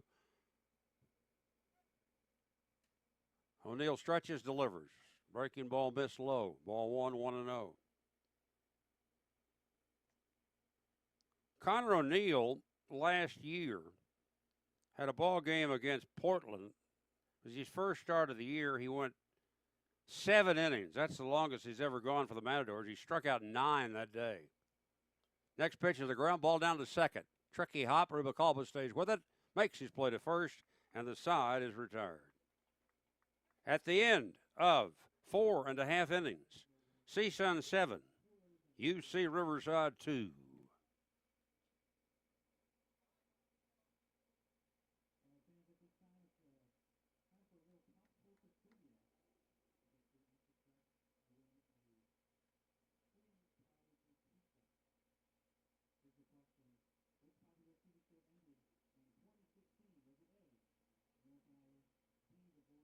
On the college baseball scoreboard, 3rd-rated Clemson leads 18th ranked Wake Forest this afternoon, 4-0. They're in the top of the 3rd. 4th-ranked North Carolina with a 3-1 lead at Pitt. They're in the top of the 5th inning.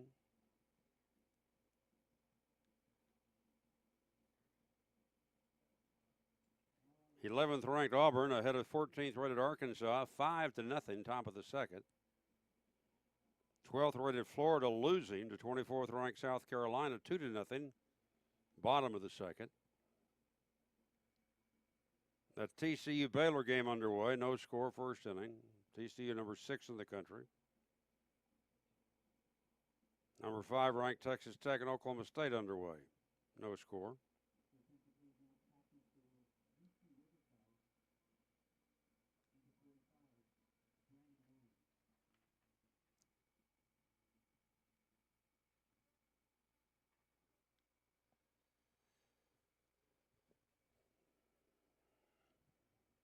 Here's Dylan Alexander to lead off in the bottom of the 5th inning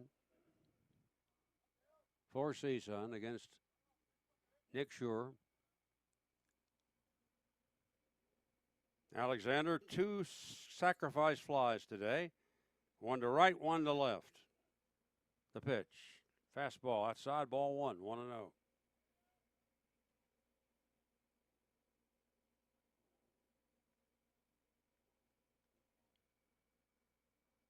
Sure out of a stretch. High set, here it comes. Swing and a drive, foul down the left field line, out of play.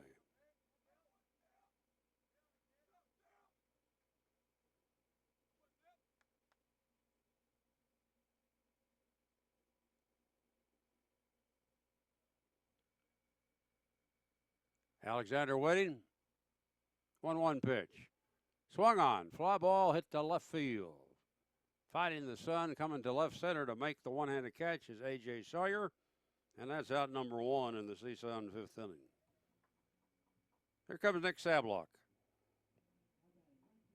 1 for 2, had an RBI single in the 2nd inning.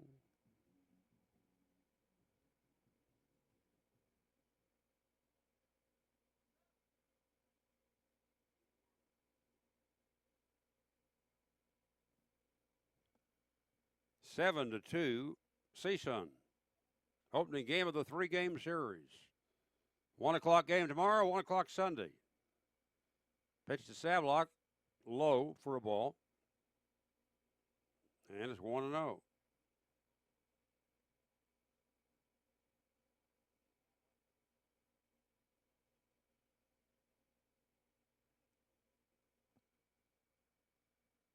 New ball put into play. Casey Warden walks the ball out and gives it to Schur.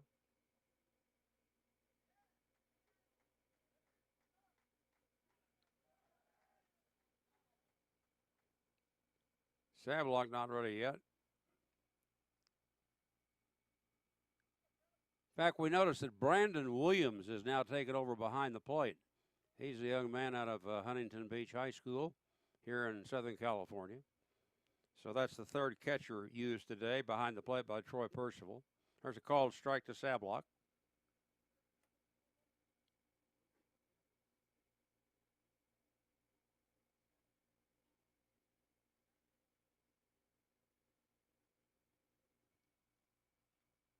Sure stretches. He's a kind of a submarine right-hander.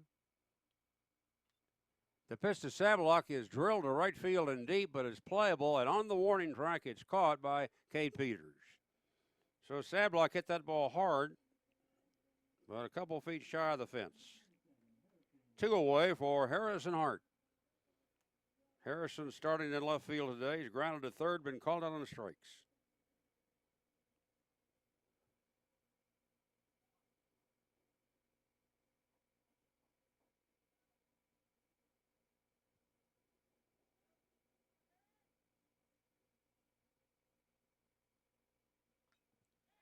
Pitch to Harrison and a drive off of his glove. It's going to be his first hit, I think, as a Matador. It hit the glove of the third baseman, Michael Ferris, but was hit like a shot. And that should be the first hit in CSUN uniform for Harrison Hart.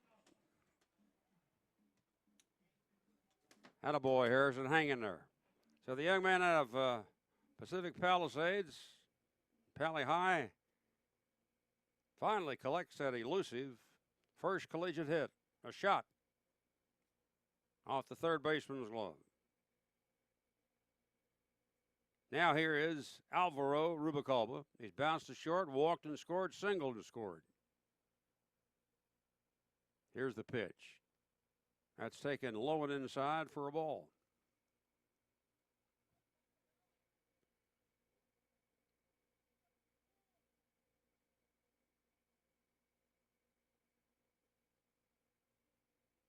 UC Riverside led once, 1-0.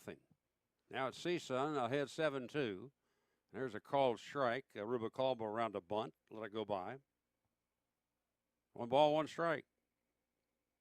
2 out, a runner at first for the Matadors.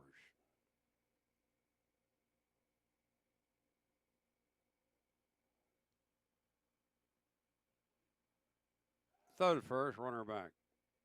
7 of the 9 position players in that lineup today for CSUN, 7 of the 9 have been on base. The next pitch, very high for a ball, 2-1 to Rubalcaba. The 2 Matadors on the outside looking in, Dylan Alexander, yet he has 2 sacrifice flies and 2 RBI. Riley Conlon got down a bunt. That set up a couple runs in the second inning. Throw to first, runner just back.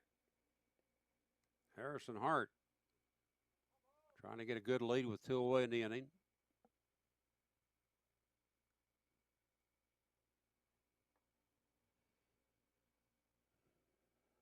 Both teams have used 2 pitchers, Lilly and Shure for UCR, Vanderford and O'Neill for CSUN. Bottom of the 5th, 7-2 Matadors. The pitch. Swinging a slow ground ball past the mound to second. Throw to first, close. Got him by half a step. So a good play by Cody Sporer, who charged it, and just got Alvaro. No runs ahead, a man left. We go to the 6th inning at Northridge, California.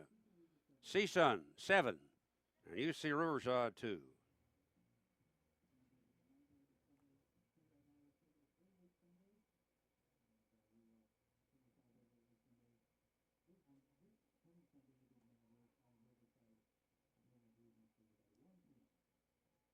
We told you that UC Santa Barbara was playing an afternoon game at home against San Diego State today, non-conference duel. And in the top of the 6th inning, San Diego State is leading the Gauchos 3-1. Tonight, Cal State Fullerton at Cal Poly, 6 o'clock beginning of that ball game. Long Beach State against UC Irvine tonight. Davis, UC Davis out in Hawaii.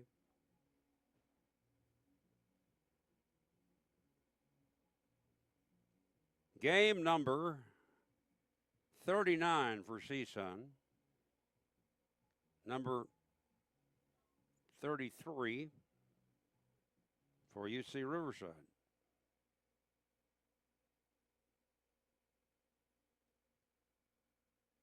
San Diego beat BYU yesterday, 6-3, so they have increased their lead over in the WCC.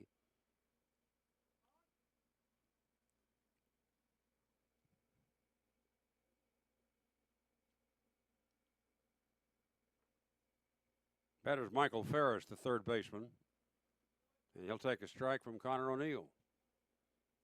Ferris has struck out swinging and singled.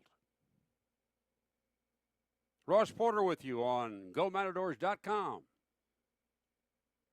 Live video and live audio today. Here's the pitch, swing and a miss. 0-2 to Ferris.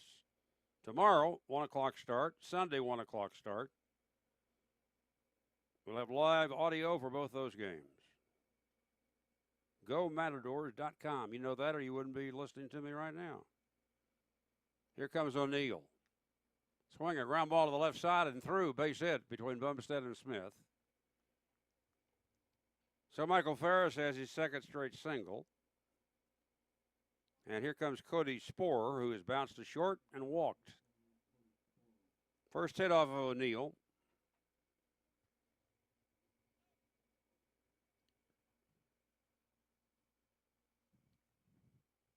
Connor O'Neill entered the game today having worked 31 1/3 innings in 19 appearances. 6 decisions. He split them. 3 wins, 3 losses, 5 saves. Opponents hitting .212 against him for the year.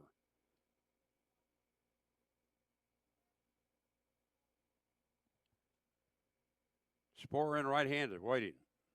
Here's the pitch. Pops out of the glove. They're going to appeal to first. No swing. So the count 1 ball and no strikes.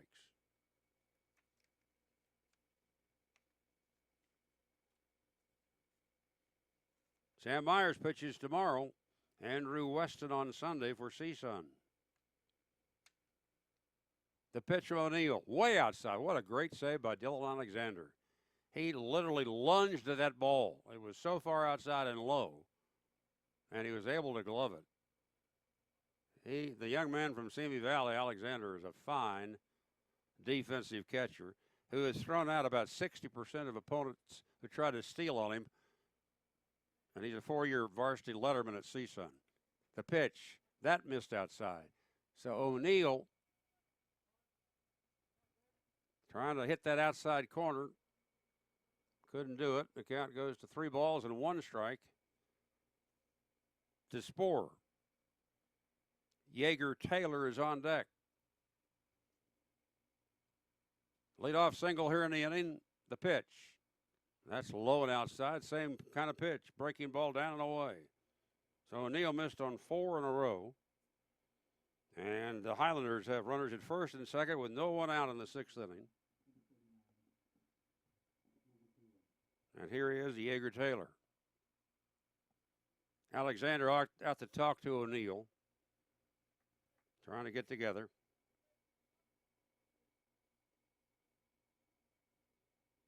Connor has 2 strikeouts, now 2 walks. Allowed the leadoff single to Ferris here in the 6th inning.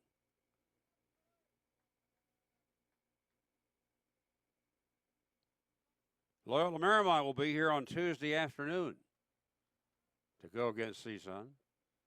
Here comes the pitch. That's outside.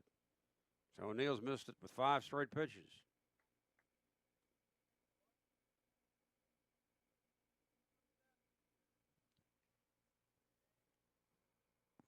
Seven runs, 8 hits, 1 error for CSUN. 2 runs, 5 hits, no errors for UC Riverside. Top of the 6th inning. The pitch. Swung on, fouled out a play off to the left.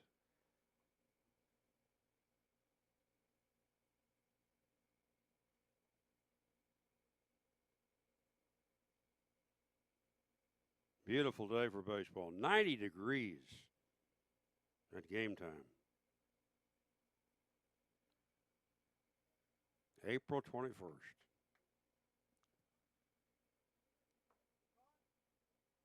Ferris at second, Sporer at first, nobody out in the sixth. O'Neill set the 1-1 pitch.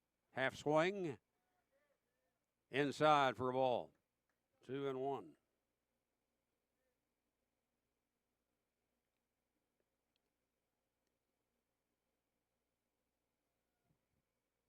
Out at Malibu, they've gone to the sixth inning this afternoon. Loyola Marymount 3, Pepperdine 2. West Coast battle, West Coast Conference. Smith playing almost behind the bag at second. The pitch is down low. And O'Neill behind another UCR hitter, 3-1. Nobody out in the inning. Connor needs to throw a strike, or the Highlanders will have them loaded up with nobody out, trying to get back in the ball game. They trail 7-2. And they got Mark Contreras, their best hitter, on deck. Big pitch for Connor right here. He serves it up. And he missed inside, ball 4. And UCR has loaded the bases. Ferris to third. Sporer goes to second. Taylor's on. Back-to-back walks issued by O'Neill. He has now walked 3 of the last 5 batters that have faced him. Connor came in today with 38 strikeouts this year and 12 walks. A better than 3-to-1 strikeout to walk ratio. Here is Mark Contreras. Tripled, scored a run in the first inning. Robbed of a hit by first baseman Weiss in the third. Intensely walked in the fourth. The pitch swung on and missed. That strategy, by the way, paid off for Greg Moore. First base was open in that fourth inning. UCR had scored 1 to cut the lead to 5-2. A.J. Sawyer was next with 2 out. So Greg ordered Contreras intentionally walked. Connor O'Neill came in to replace Tay Vandervoort and struck out A.J. Sawyer. Next pitch, high and away for a ball.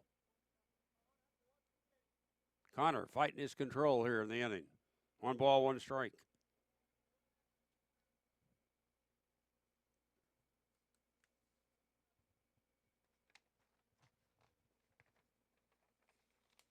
O'Neill pairs down to Alexander. Stretches, here it comes. Swing and a miss. One hand came flying off the bat. 1 ball, 2 strikes to Mark Contreras.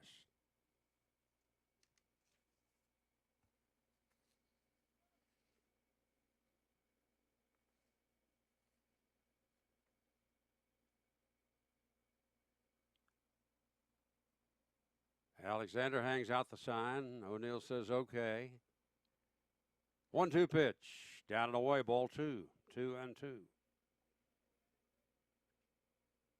Contreras came in today with a very impressive on-base percentage of .438. So he was on base 44% of his at-bats this year. That's good. O'Neill with the count 2-2. Taking a little time now. Now he's ready. The pitch. Swing around foul off the first base side.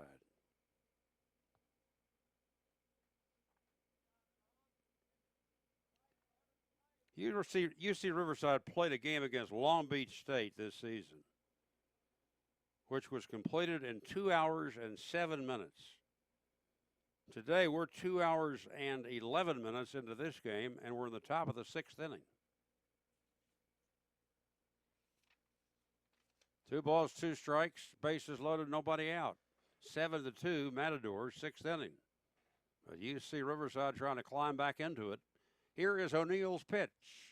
Swing and a miss. He struck out Contreras. Took a little off the breaking ball and got him.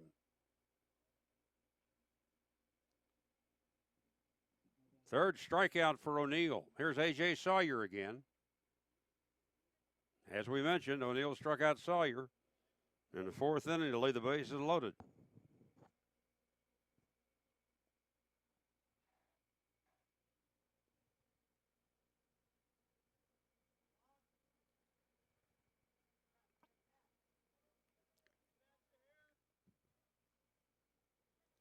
Sawyer with that left foot pointed up the third base line. Takes the pitch outside for a ball.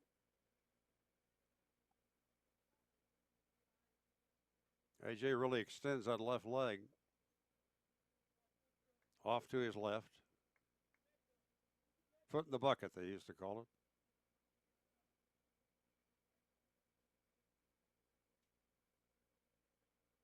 Here's O'Neill's 1-0 pitch. Swing a ground ball, foul past third, just foul. That would have gotten Riverside really close.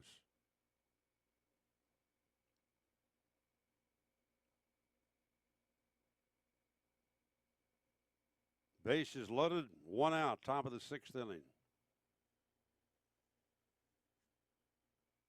O'Neill was in 28 games here as a sophomore, 23 last year. And this is game number 24 in this year. 1 ball, 1 strike to Sawyer. The next one. Swung on, foul ball out of play, off to the right. Count 1-2. Colby Schultz is on deck. I told you, UC Riverside has 4 men in there today batting 300 or higher. CSUN doesn't have anybody hitting 300. Kevin Riley, who's hurt and couldn't play again today, at 1 point shy of 300.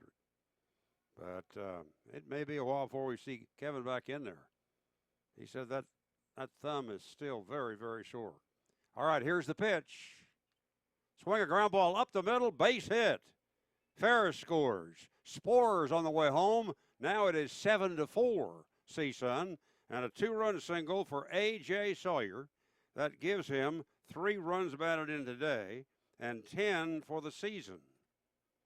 So O'Neill struck out Sawyer to lead the bases loaded in the 4th. This time A.J. gets the best of it. 2-run single up the middle. Second hit of the game. Here comes Colby Schultz. Schultz has struck out, singled, fouled out. Taylor stopped at second, so the Highlanders have runners at first and second.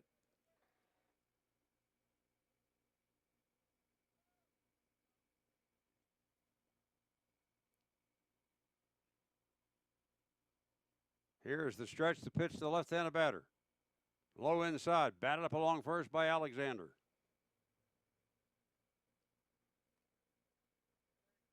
Shortstop Fred Smith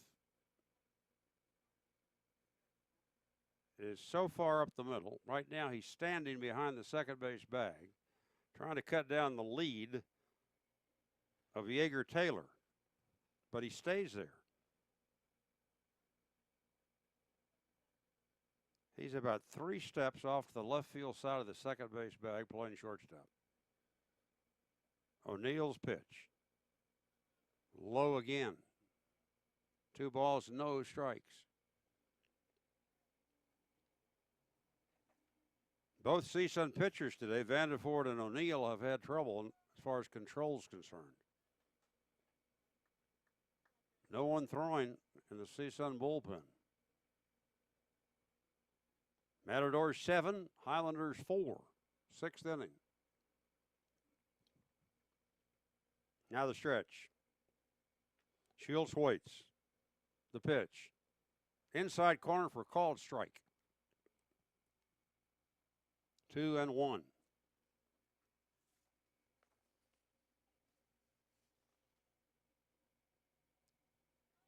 Schultz leads UCR in triples this year with 2. Hit a home run against Cal State Bakersfield. Had a game-winning double against Holy Cross. Tripled in a run in a 3-2 victory over Cal State Fullerton. He waits the pitch just outside. And here's O'Neill with another 3-ball count. 3 ball, 1 strike this time. And next, the power man, Connor Cannon.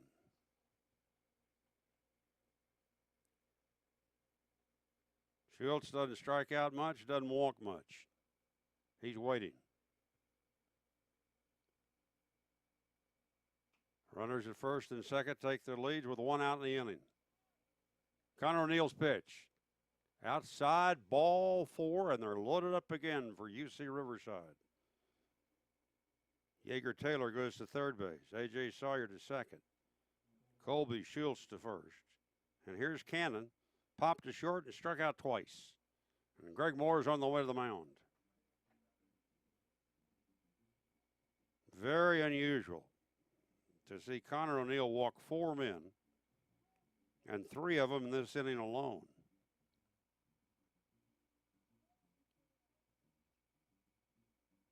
Greg, well-known and respected pitching coach when he spent time at the University of San Francisco as an assistant coach.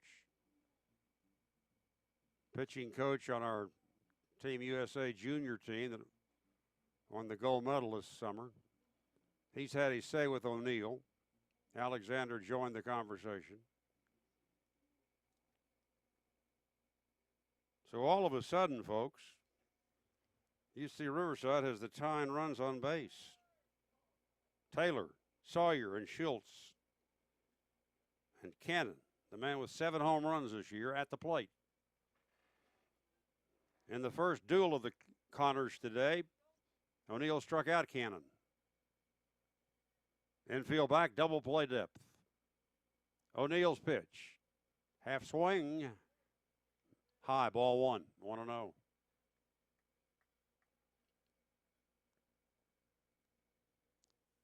O'Neill with an 88 to 92 mile per hour fastball, a changeup which sets up the fastball. An 80 mile an hour curve might be his best out pitch. Here he comes. Breaking ball strike, outside corner. There it was. 1-1.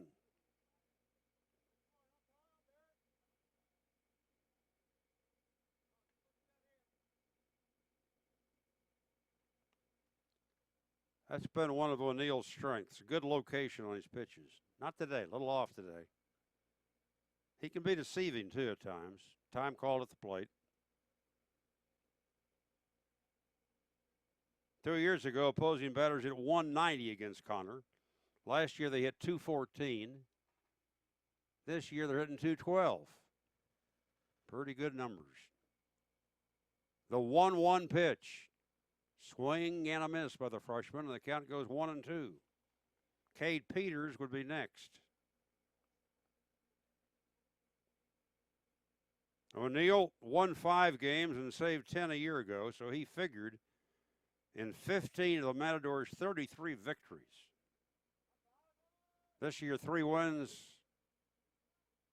5 saves. Here comes the 1-2 pitch. Swing and a miss. He struck him out. So Connor gets Connor on strikes in the 5th and now 6th innings. 2 away for Cade Peters. Peters has come up 3 times today. He has walked all 3 times. 2nd, 4th, and 5th innings. Peters is a .306 hitter coming into this game. Left-handed batter. O'Neill trying to get him and keep the 7-4 lead. Here's the pitch. That's in for a called strike. 0-1. Mentioned it earlier, Cade Peters hitting .343 this year against Big West Conference teams. Really swings hard. He's got some power. Can go to the opposite field, which is left field. Here comes the 1 strike offering. Breaking ball, swung on and missed. Took a little off. 0-2 the count.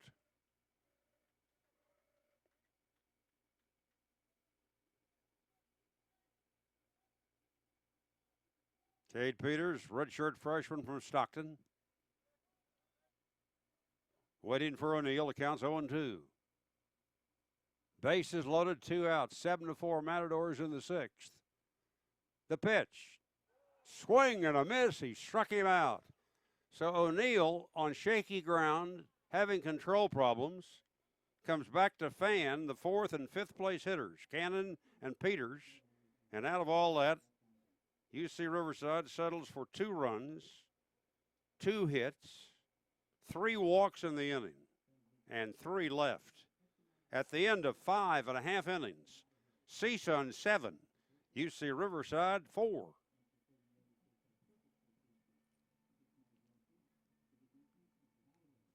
more information for you on the NCAA as we continue our feature today.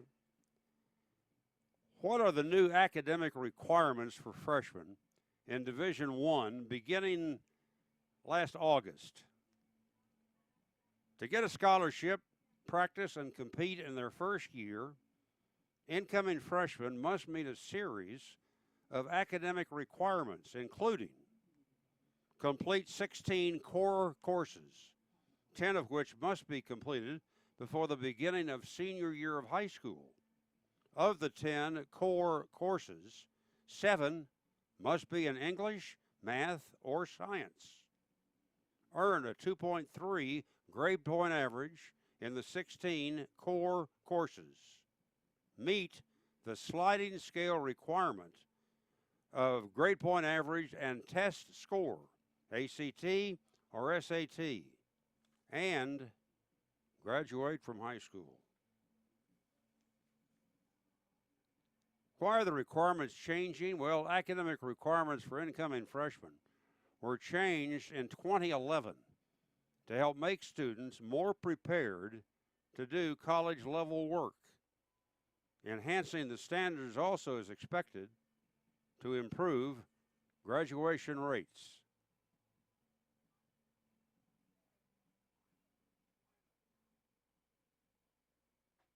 We go to the bottom of the 6th inning. Ross Porter with you from Northridge, California this afternoon. Thanks for being with us.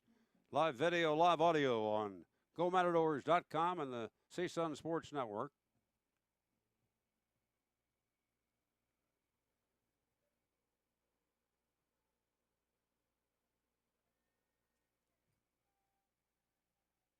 New pitcher on the mound. Trenton Toplakar comes on, a right-hander.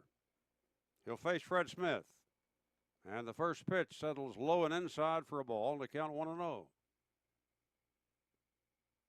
Toplakar spells the last name Toplikar. Trenton. 2 wins, 1 loss, ERA 6 3/4. Pitch to Smith. Foul back at a count 0-2. Fred robbed of a hit on a line drive, robbed by the first baseman, then Casey Warden in the first inning. Since then, he singled and scored in the third, doubled in a run in the fourth, stole second in the third, stole third in the fourth. Fred in a slight crouch from the left side. Here's the 2-strike pitch. Little slow ground ball up along third. If it stays fair, it's going to be trouble to get him. The throw to first not nearly in time. And Fred Smith has his third base hit in the last 4 innings. So that's good to see. Fred, of course, led the Matadors a year ago in many offensive categories, including batting average. He was .314. He had 75 hits last year, far more than anybody on the team. And he's got 3 hits and 4 at-bats today. Plus an RBI and 2 stolen bases to go with it. All right, here's Justin Turner. He doubled in a run in the 4th inning and KO'd Ryan Lilly, who went out after 3 1/3, allowing 7 runs today. Runner goes, pitch is swung on, and it's a foul ball. Foul ball fielded by the pitcher. But the plate umpire, Gary Gilman, quickly ruled foul, coming out in front of the plate. Smith had broken, trying to steal his third base of the game, I guess. Although the Matadors were very successful. When Fred played hit and run in the 3rd inning, got Rubicalvo from 1st to 3rd. So they're either today trying to steal or use hit and run plays. That was, I think, the pregame plan of Greg Moore. Smith at first, nobody out. Pretty good lead. Here's the pitch. Foul back. It almost hit him. And Justin got the bat up and conked off the wood and came to the backstop screen on the fly. No balls, 1 strike. Trenton Toplakar is in his 11th game. He's worked 17+ innings. He's allowed 13 earned runs, has 17 strikeouts, so a strikeout per inning, and walked 8. But opponents hitting .338 against him. The next pitch is behind Turner, and that allows Smith to go down to second on a wild pitch. Goodness. Turner just staring in disbelief. That ball almost got him, and it was behind him. So the wild pitch puts Fred Smith in scoring position with nobody out in the sixth. CSUN 7, UC Riverside 4. Albie Weiss on deck. Turner, if nothing else, trying to pull a ball here and get Smith to third. Let's see what happens. Swings and misses and strikes out on a one away from him. So there's the first out in the bottom of the sixth inning. And here's Albie Weiss. Singled and scored in the second. Doubled in 2 runs in the third to give the Matadors a 4-1 lead. And flied to left field in the fourth inning. So 2 for 3 today. He's picked up a Big West Conference leading 35th and 36th RBI.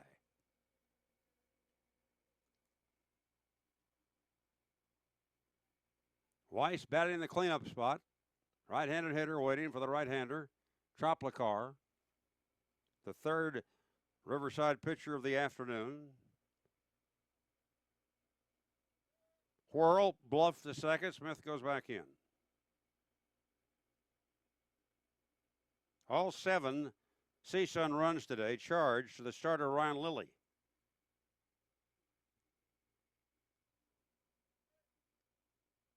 Here's the pitch. Slow curve high, ball 1. 1-0 to Weiss.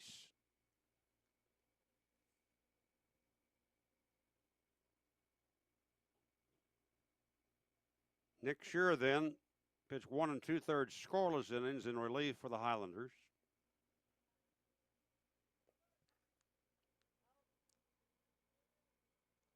Lilly gave up 8 hits, Shearer gave up 1. Now a lob toss to second, not much on the throw, and really no chance to get Smith, who's back in. We'll talk to you tomorrow. Live audio only, 12:48 for the Greg Moore Show. Game time at 1. CSUN and UC Riverside. Game 2 at the 3-game weekend series at Northridge. Pitch to Weiss, swung on, popped up. On the right side, second baseman calling for it, going out in the shallow right field, backs up, makes the catch. That was a very good effort by Cody Sporer. He was fighting, I think, sun and fighting maybe a little bit of breeze, and he just kept going, spinning around, and finally caught it. So Smith, who was at second base with nobody out, is still there, 2 gone in the inning. And here's Nolan Bumstead. Nolan Bumstead officially today has a line score of no at-bats, no runs, no hits. Walked in the second, scored, walked in the third, walked in the fourth. The man who'd walked 4 times all year, and he's walked 3 times today, every time he's come up. How do you figure? Nolan looking for an RBI here, trying to get Smith home. The pitch, great save. The ball's in the dirt. No advancement by Smith. Very good play. Matt, let's see who's behind the plate now. No change there. Still Brandon Williams, young man out of Huntington Beach.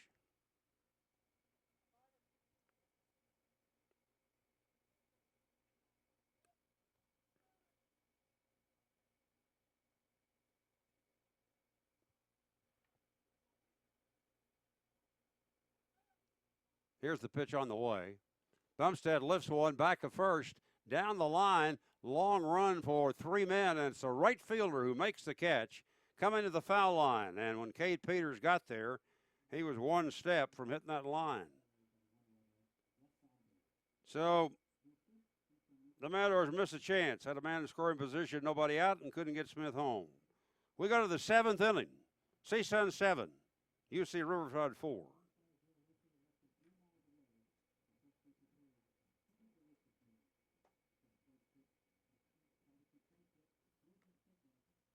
Let's talk a little bit about transferring if you're a student athlete in college. A student athlete who wants to transfer must receive written permission from his or her athletics director before contacting another school. Now, to transfer, the student athlete must be accepted through the new school's admission process. The new school may or may not match financial aid offered by the student athlete's original school. Student athletes who transfer must sit out of competition for 1 year, although many student athletes qualify for exceptions, allowing them to begin completing and competing immediately. Student athletes who transfer, according to the numbers they've kept, those who transfer are less likely to earn a degree than those who remain at their original school.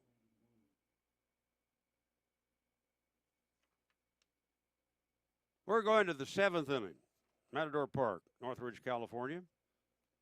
CSUN 7, UC Riverside 4.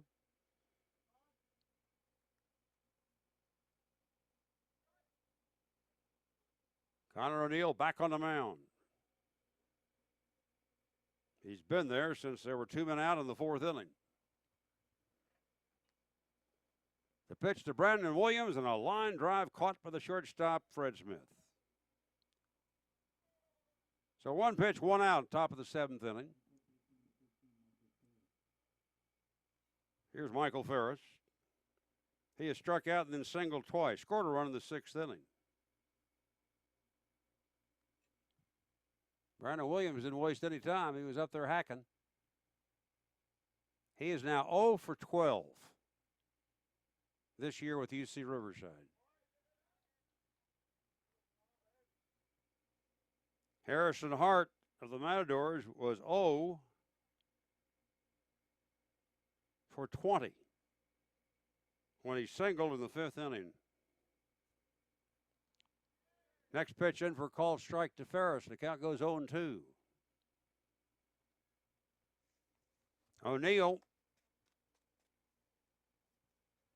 having control problems this afternoon. Came of it nicely in the 6th inning. And this pitch is swung on and missed, and Ferris strikes out. So 2 away, 7th inning. That'll be Cody Sporer. He's bounced to shortstop. He's walked twice. He scored in the 6th inning. Highlanders got 2 in the 6th to cut the CSUN lead to 7-4. O'Neill out of a windup delivers. Breaking ball, foul back. 0-1. So Connor is now throwing strikes.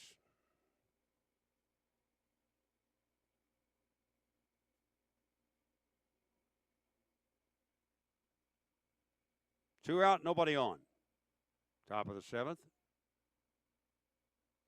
O'Neill fires. Breaking ball, line to right field, base hit. So Sporer, with the count going against him, goes the other way. And that will bring on Yeager Taylor. RBI ground out in the 4th inning, walked in the 6th inning.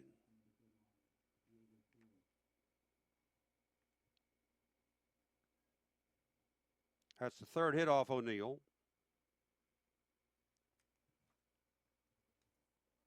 For UC Riverside, 7 hits. Matadors have 9. O'Neill stretches and fires. Missed outside for a ball.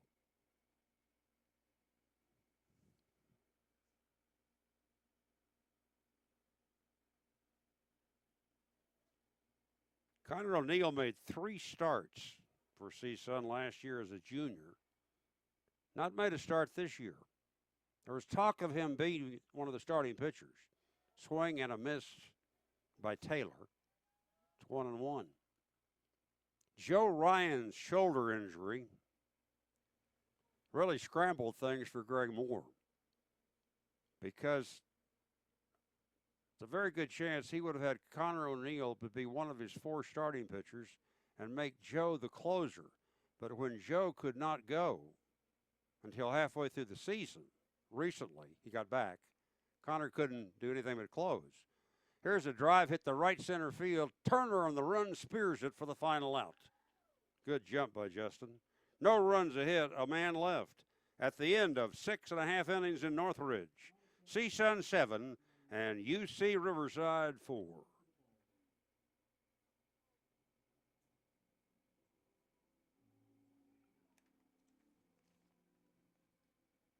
Continuing our talk about the NCAA and their rules. Well, how does a student athlete get permission to contact another school? They may write to any NCAA school saying that they are interested in transferring, but the new coach must not discuss transfer opportunities unless he or she has received written permission from the student athlete's current school. If the current school does not give permission, another school may not contact the student athlete. Can the NCAA prevent a student athlete from transferring? No. NCAA rules come into play just really with questions about how quickly a student athlete can compete at the new school. Why can't a student athlete compete immediately after transferring? Requiring student athletes to sit out a competition for a year after transferring encourages them to make decisions motivated by academics as well as athletics. Bottom of the seventh inning, CSUN 7, UC Riverside 4. Here's Riley Conlon to lead off against Trenton Toplicker. The first pitch, in for a strike. Conlon sacrificed at his first at bat, then struck out swinging, and then lined out to center field last time up. Now the next pitch. It hit him. Got him on the elbow. Conlon doesn't rub, he just runs to first base. Hit by the pitch. Leadoff man aboard for CSUN. That's the fourth time it's happened today in 7 innings. Weiss led off the second with a single and scored. Rubicaba opened the third with a walk. He scored. Smith singled to start the sixth, was wild pitch to second, nobody out. But the Doors left him. Here's Alexander. 2 sacrifice flies. One to right, one to left. The last time, just a normal fly ball out to left field. Throw the first, runner back. Holy Cross beat UC Riverside in one game early this season.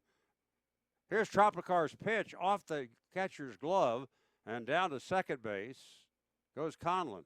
That pitch was so high and inside, there was no way in the world for Brandon Williams to glove it. And that ball rolled almost halfway to the third base dugout. So Tropicar has 2 wild pitches since coming in.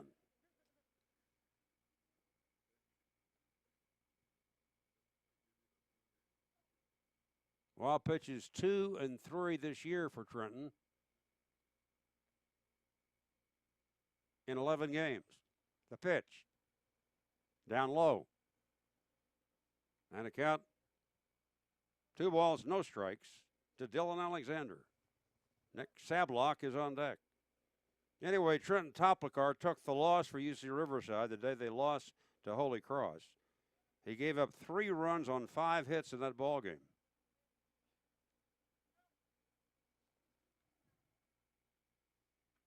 Now the stretch.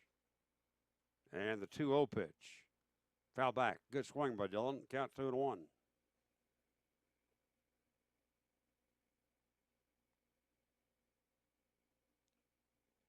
UC Riverside lost the game to San Diego 14-1. And Troy Percival that day used 8 pitchers. Troplicar was the second one he used. He went an inning and a third.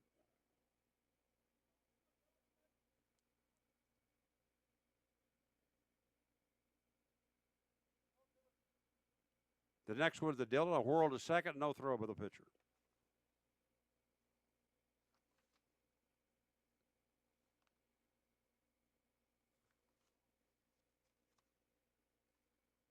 Not only did San Diego beat Riverside 14-1, San Diego State beat him 10-1. Percival used 6 pitchers in that game, and again, Trenton Toplicar was the second man he used. Here comes the next one. Slow curve and a good one. Call strike. 2 balls, 2 strikes to Dylan Alexander. Riley Conlon's at second base for the Matadors. Nobody out. Bottom of the 7th. CSUN 7, UC Riverside 4. Topliker had to go 3 1/3 innings that day against San Diego State. Gave up 3 runs, 2 of them earned, and 4 hits. Big right-hander ready. Here's his pitch. High inside, almost hit Dylan. 3-2. Cal State Fullerton drilled UC Riverside 15-2 in the game. It was very similar to the game they played and lost to San Diego 14-1. San Diego had a 4-run first and then a 5-run ninth. Fullerton had a 4-run sixth and then a 5-run ninth. There's ball 3. 3-2 to Alexander. When they played Fullerton, Troy had to use 8 pitchers. Tropliker was the 6th one he used that night. The pitch is ball 4. And there goes Alexander to first base. 2 on, nobody out for the Matadors in the 7th inning. Here's Nick Savlock. 1 for 3, single home run back in the 2nd inning.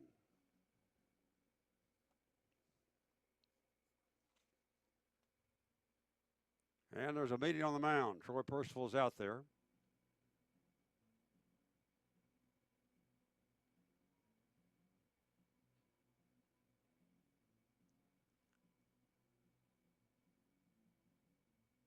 Percival will stay with his pitcher.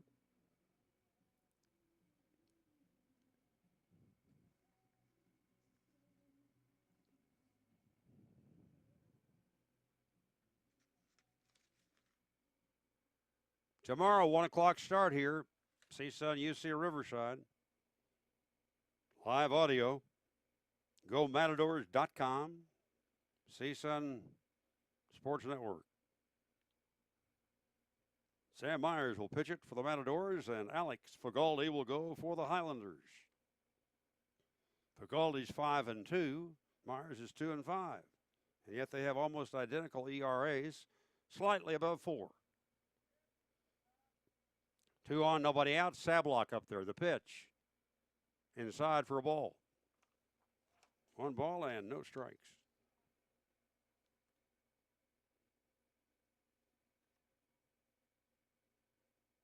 Yeah, it's not been uncommon for Percival this year to have to use 6 and 7 and 8 pitchers in one game.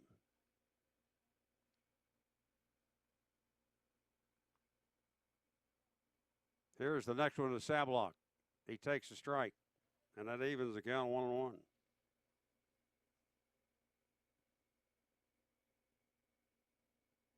One of the starting pitchers Troy has used this year was Jacob Worrell. And when I heard Worrell, I thought of Todd. And Troy says they're no relation. Sablock in from the left side, waiting the pitch. Half swing. The ball gets away, and the runners will move up 90 feet. Brandon Williams, I think, thought he had it at first, but it slithered by him to the backstop. And we'll see how they rule that. All of a sudden, the runners at second and third, nobody out. Going to be a pass ball.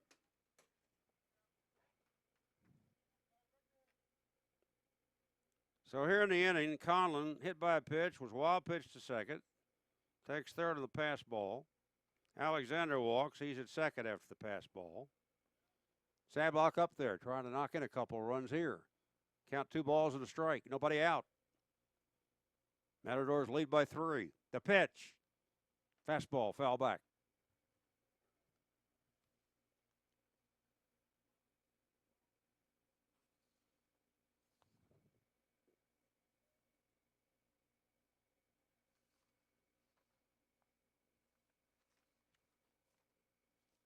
CSUN trail 1-0. Led 2-1, 5-1, 5-2, 7-2, and now 7-4. Infield up for the Highlanders. Nobody out. Here's a pitch.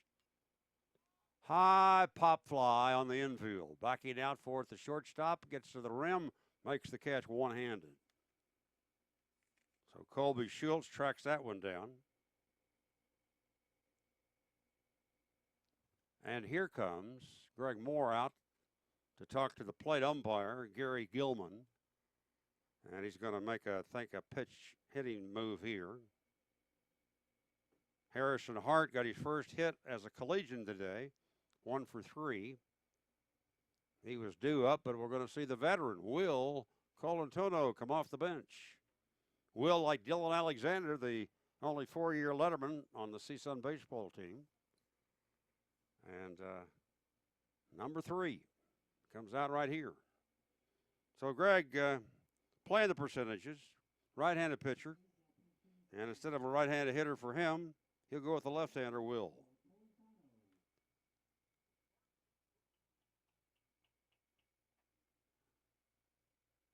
Colantuono, who missed almost all of last year because of a shoulder injury, appearing today in his 23rd game. He's made 8 starts on the infield. He hit in .233. He has 1 RBI. He's walked 11 times. So a wonderful on-base percentage of .452 this year. There's a called strike. 0-1. Harrison Hart played left field today.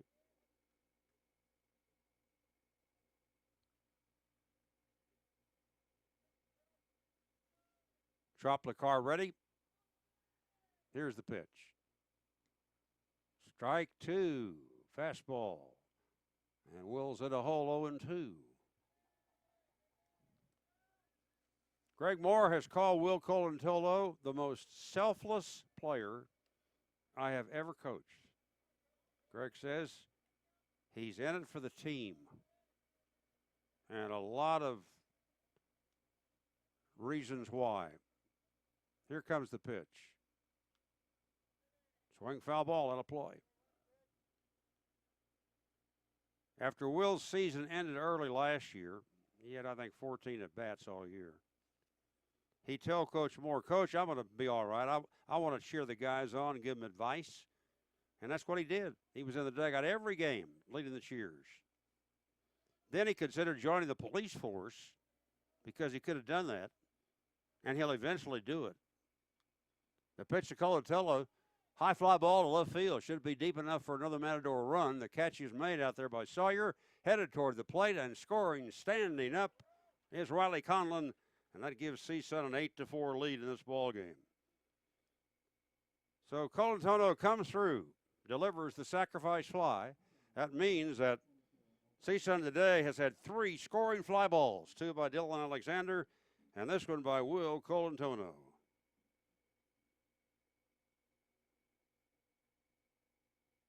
Now that is what you call good team baseball. 3 sacrifice flies. Here is the leadoff man, Alvaro Rubalcaba. Singled in 3 at-bats and a walk. Scored 2 runs today. Takes a strike. 0-1.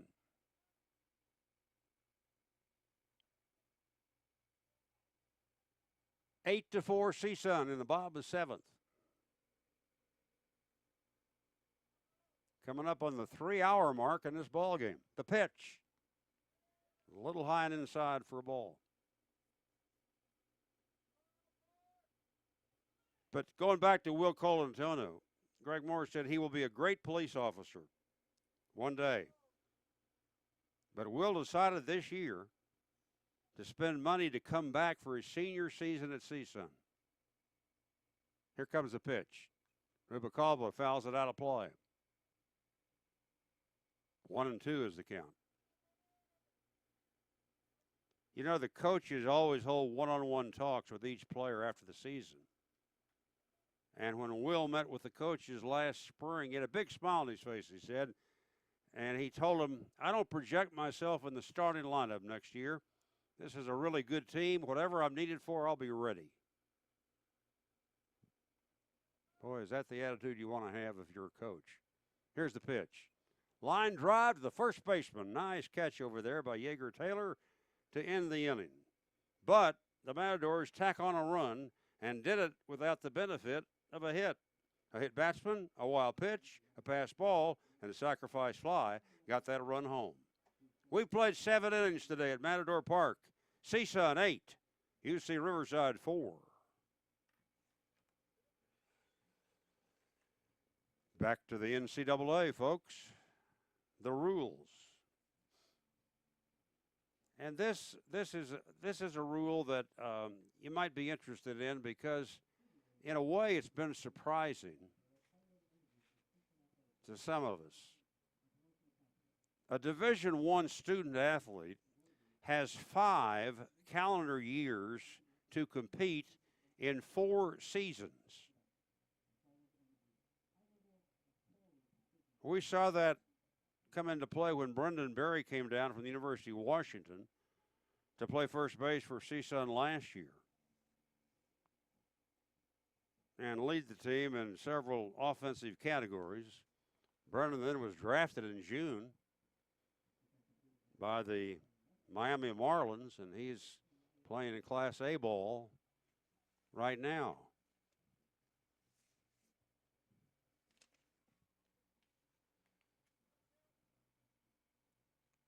Connor O'Neill completes his warm-up tosses, and on the last one, Alexander zinged the ball back to him, and Connor had turned, and the ball whizzed by his head, and he turned and looked at Alexander and said, "What are you trying to do?" Oh, boy.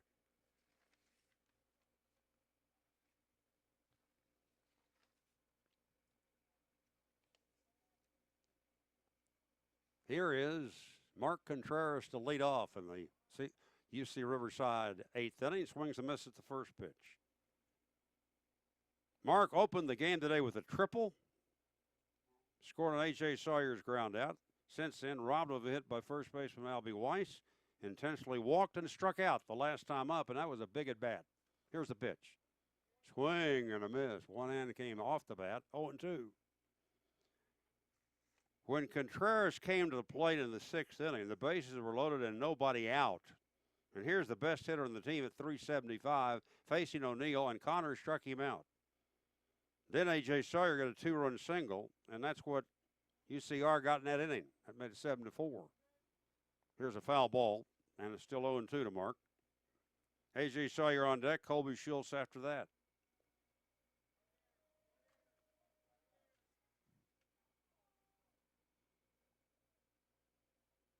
Batter steps out, pitcher steps off the rubber. Now we're ready. The pitch to Contreras. Very high for a ball. 90 degrees at game time.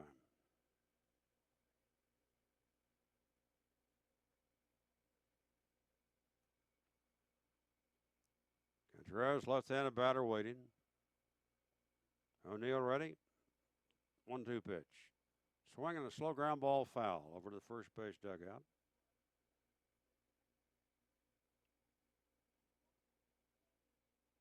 UC Riverside here tomorrow at 1 o'clock. Sunday at 1 o'clock. And then Loyola Marymount moves in here for a Tuesday game against the Matadors. I was impressed with the Loyola Marymount team the other night in the 6-1 victory over CSUN. Contreras swings and strikes out on a sinker. So O'Neill has gotten him twice on strikes. 1 out, 8th inning.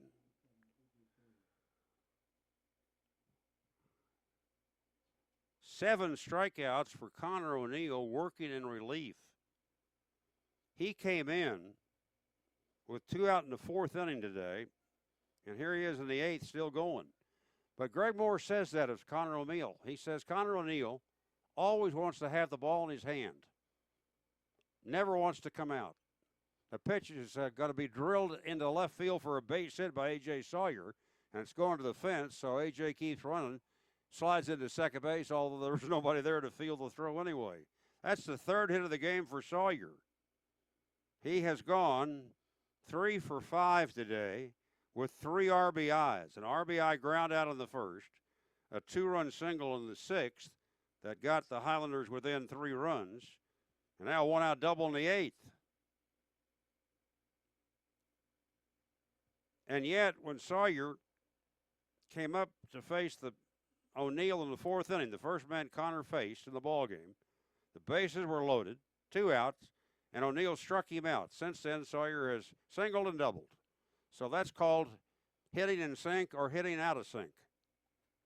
Get your hits at the right time. Here's the left-hand hitting Colby Schultz taking outside for a ball. Colby is struck out, singled, fouled out, walked.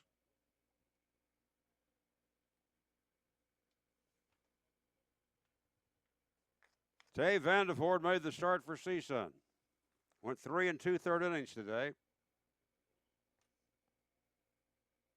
Allowed a couple of runs. O'Neill has given up 2.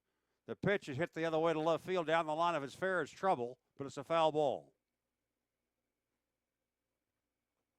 So Schultz made a bid for an extra base hit, and it's foul. 8-4 CSUN. We're in the 8th.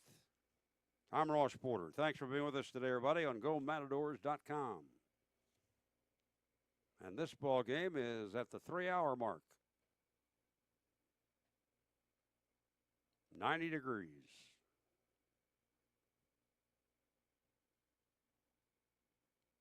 One ball and 1 strike to the left-hand hitting Colby Schultz. One of the 4 Highlanders in that lineup today batting 300 or better. The pitch. That is down low for a ball. Batted out in front of the plate by Dylan Alexander.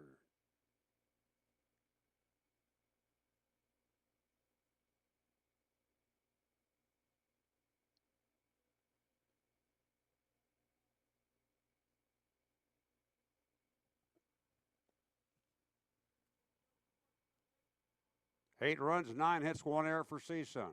4 runs, 6 hits, no errors for UC Riverside.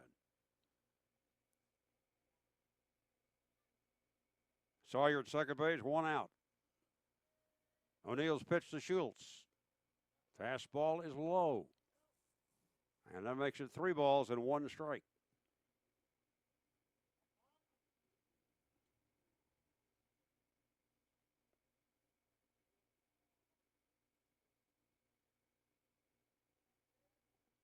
CSUN trying to balance the mark in the Big West Conference standings at 5-5 with a win here today.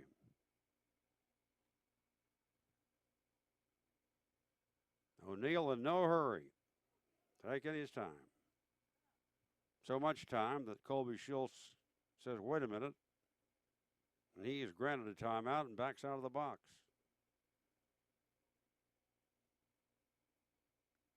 They're going to the 9th inning at Santa Barbara.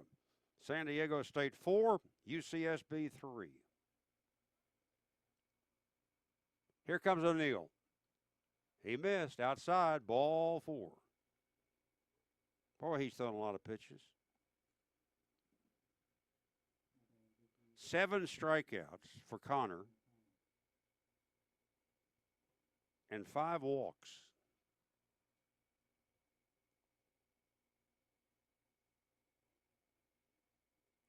He has yielded 4 hits.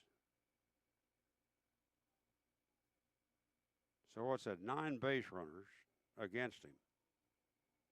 2 on, 1 out. Here is Connor Cannon, who has twice struck out against O'Neill in the Connor versus Connor battle. And the pitch is fouled off the third base side. It counts 0-1.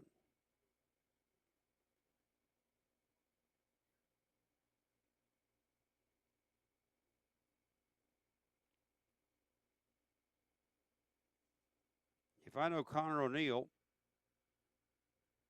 he's going to try to go 5 1/3 innings today in relief. And if Greg tries to take the ball out of his glove, he may have a little tussle. Here's the pitch. Just outside. 1 ball and 1 strike to Connor Cannon. Popped to short and struck out each of his last 3 at-bats. So that means the freshman has struck out 39 times in 32 games. Tops on the ball club at Riverside.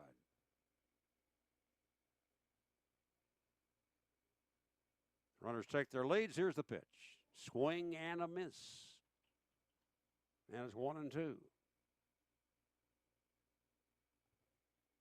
Connor Cannon wearing the gold numeral 50 on the back of his blue shirt, gold trim around the shoulders, gray pants. O'Neill trying to get him. Here it comes, 1-2. Down and away, ball 2. 2 balls and 2 strikes.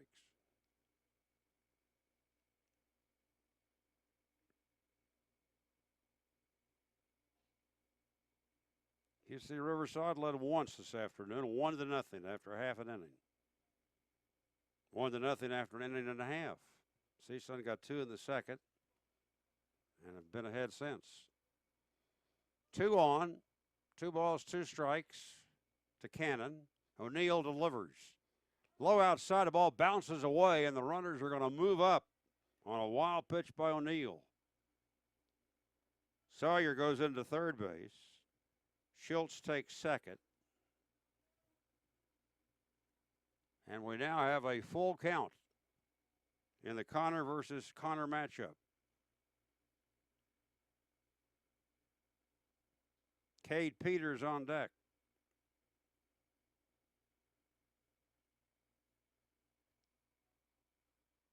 O'Neill is ready. Here's the pitch. Strike 3 called, and again, Connor Cannon thought it was ball 4. He went about 30 feet down the line, and then he learned it was strike 3, and he threw his right fist in the air in disgust. But Gary Gilman may not have seen it, and if so, he probably wasn't going to kick him out anyway. So Connor O'Neill has faced Connor Cannon 3 times today, struck him out each time. 2 away, 8th inning. O'Neill now has 8 strikeouts this afternoon in relief. Here's Cade Peters. 3 walks and a strikeout swinging. The pitch. Swinging a foul ball on a sinker. A.J. Sawyer, the runner at third. Colby Schultz at second. 2 away. Top of the 8th inning. CSUN 8. UC Riverside 4.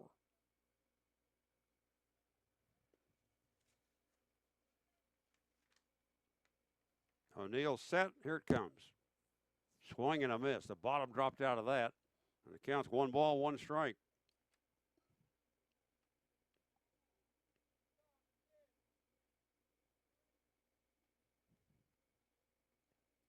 $1:00 game tomorrow, 1:00 game Sunday.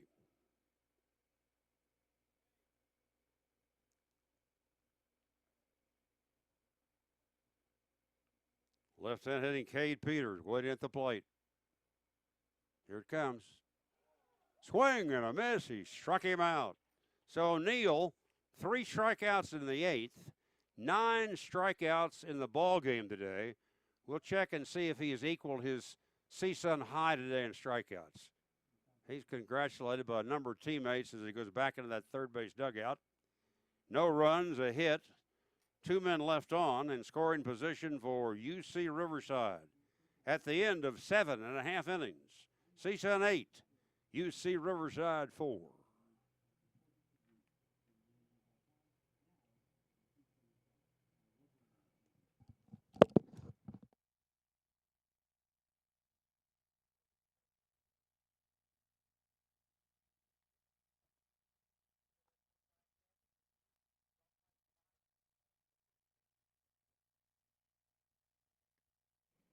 Yes, Connor O'Neill just equaled his CSUN high for strikeouts in 1 game with 9 this afternoon. And the Matadors enjoy an 8-4 edge over UC Riverside as we go to the bottom half of the 8th inning. Well, this year we're also trying to keep you up to date on former Matador baseball players. And today, Jerry Keel, class of 2015. Jerry, a left-handed pitcher out of Palmdale, California, all-time school leader in innings pitched. He was here from 2012 through 2015. 2012 Big West Freshman Pitcher of the Year. tossed an all-time school record 370 innings with the Matadors, ended his career with a great ERA of 2.75, a career 18-game winner. Keel started the most games in CSUN history, 57. Jerry was drafted by the San Diego Padres in the 9th round of the 2015 draft. He has made stops with Class A teams like Tri-City, Lake Elsinore, Fort Wayne. Was also briefly with the AA San Antonio Missions. Currently, Keel is back again with the Fort Wayne 10 Caps. And he's posted a 2.97 ERA with Fort Wayne last year. So Jerry Keel, a man in CSUN baseball history to remember. Here's Fred Smith leading off in the bottom of the 8th, looking for his 4th hit of the game. Swings and doesn't get that one. He had taken a strike, so it's 0-2.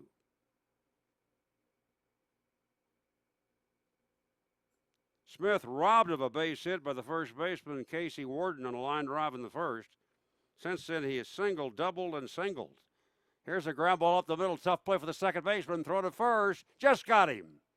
Wonderful play by Cody Spohr. Dashed to his right. Gloved the ball, went into the air, and from behind second base, bounced one to first. And Yeager Taylor dug it out nicely to rob Fred of his 4th hit. That's how close he's come today to being 5 for 5 in this ball game. So it took a fine play in the first inning to get him. It took an equally good play in the 8th inning to retire him. 3 for 5 in bad, though, for Fred Smith today. 1 out for Justin Turner. Popped up, walked, doubled in, a run, and struck out. And he takes a strike.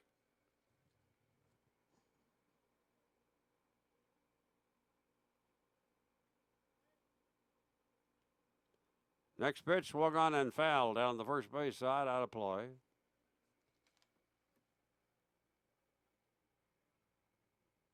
UC Riverside has brought on a new pitcher here in the 8th. That's the right-hander Johnny Bridenthal, Jr., out of Los Gatos, California.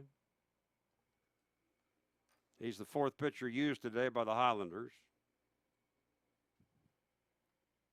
Bridenthal in his 13th game, no decisions, ERA over 9. Pitch high and away for a ball. 2-1 to Turner. Lilly, Shure, Troplicar, and Bridenthal have pitched for UCR. Ground ball into right field. Base hit for Turner. Turns first. And he's got his 2nd hit of the game. 1 on, 1 out in the 8th for Albie Weiss. Albie singled and scored in the 2nd. Doubled in 2 runs in the 3rd to give CSUN a 4-1 lead. Fly to left field in the 4th. Popped up to the second baseman in the 6th.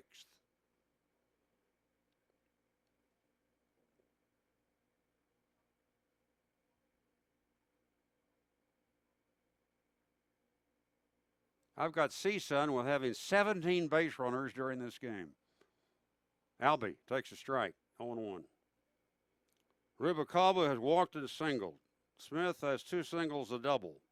Turner has a double and a walk, and another single here. Weiss a single and a double. Bumstead 3 walks. Conlon hit by a pitch. Alexander walked. Sablock singled. Harrison Hart singled. Or strike 2 to Albie, 0-2.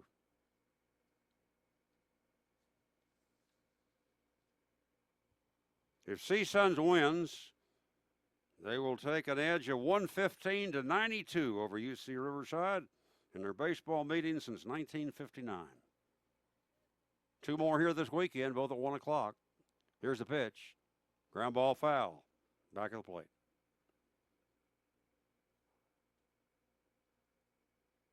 The Matadors are 3 outs away from making it 6 victories in their last 7 games against UC Riverside here in Northridge.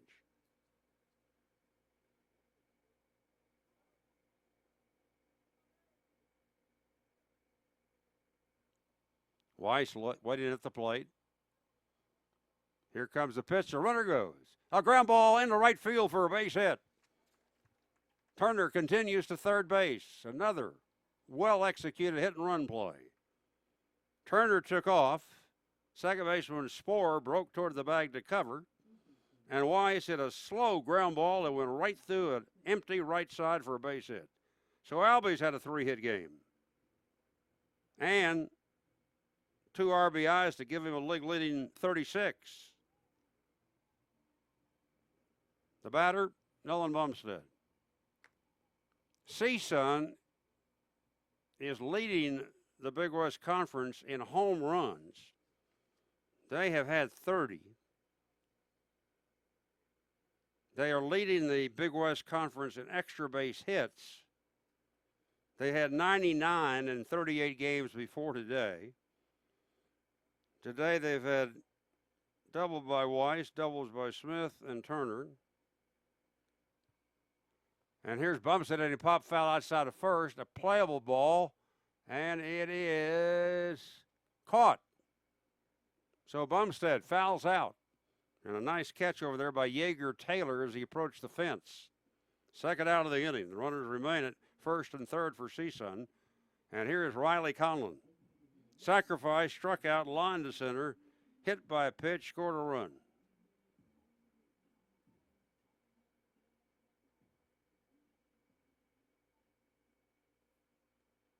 Eight to 4 CSUN.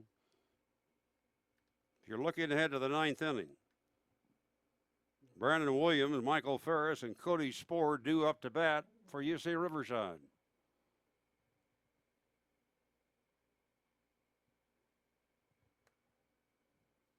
And we're going to get a pinch runner for Weiss at first base. That's Kevin Riley. So he can't bat because of the dislocated finger that was put back in place and is very, very sore. But he can run. And he's out there. And there he goes. The pitch high.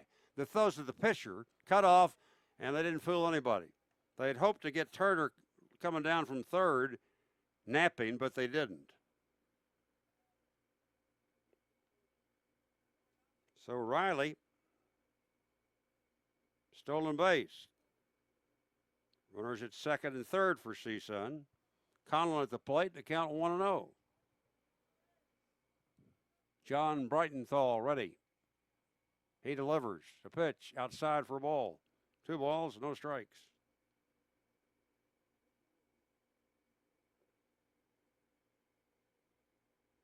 No home runs today for the Matadors, no triples, 3 doubles.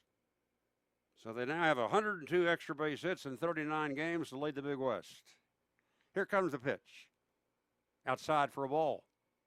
3 balls and no strikes to Conlon. Dylan Alexander moving to the on-deck circle.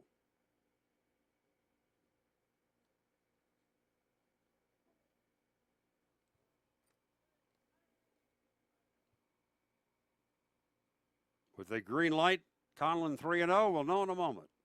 Here is the pitch. Nope, he takes outside, ball 4. And the Doors have loaded him up with 2 away in the 8th inning. Here comes Dylan Alexander. 2 sacrifice flies, a normal outfield fly ball that was caught, and a walk.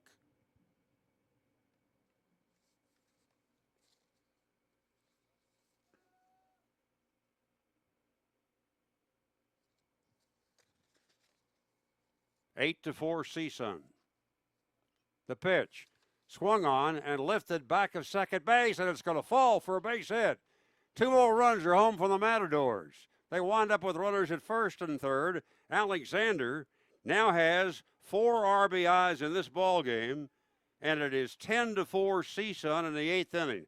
Just a little blooper that fell in behind the second baseman, Sporer, who dashed to right field and tried to get to it but couldn't.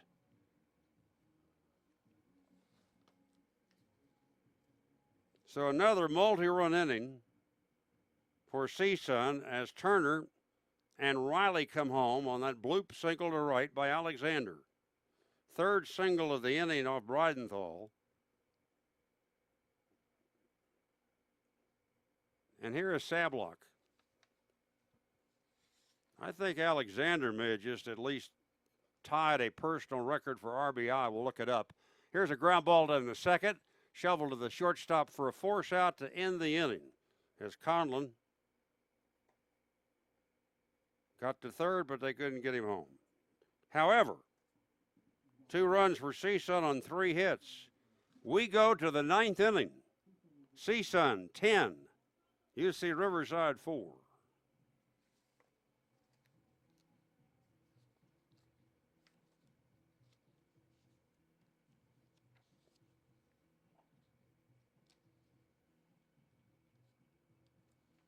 Dylan Alexander collected a career high 4 hits at Long Beach State on April the 15th. And I'm checking here to see if we can find out whether this would be a personal best in RBI.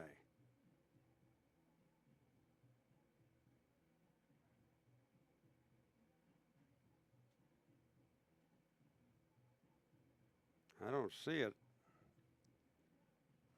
We'll check it with Nick Bocanegra and see if that's right.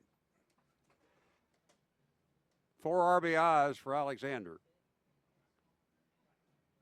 That's probably a career record. We'll check it.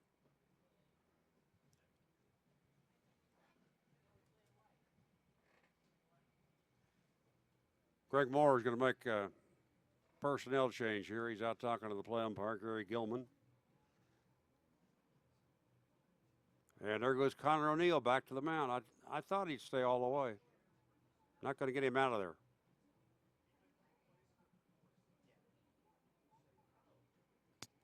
It is a career high. Thanks, Nick.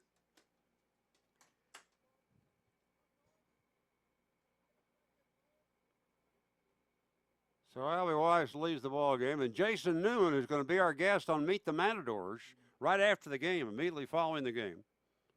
Takes over at first base. O'Neill about to get a victory. And his first pitch to Brandon Williams here in the 9th inning is high, ball 1. O'Neill came out of the bullpen this afternoon with 2 out in the 4th inning, and here he is in the 9th with a 6-run lead. About to win his 4th game of the year to go with 5 saves. Brandon Williams, right-hand hitter waiting. Bounced out and lined out today. First 2 pitches missed from O'Neill. Here comes the next one. Swinging a ground ball to third. Nolan Bumstead bobbles it, picks it up, fires to first in time. And there's 1 man out. That'll be Michael Ferris. 2 strikeouts, 2 singles. A run scored.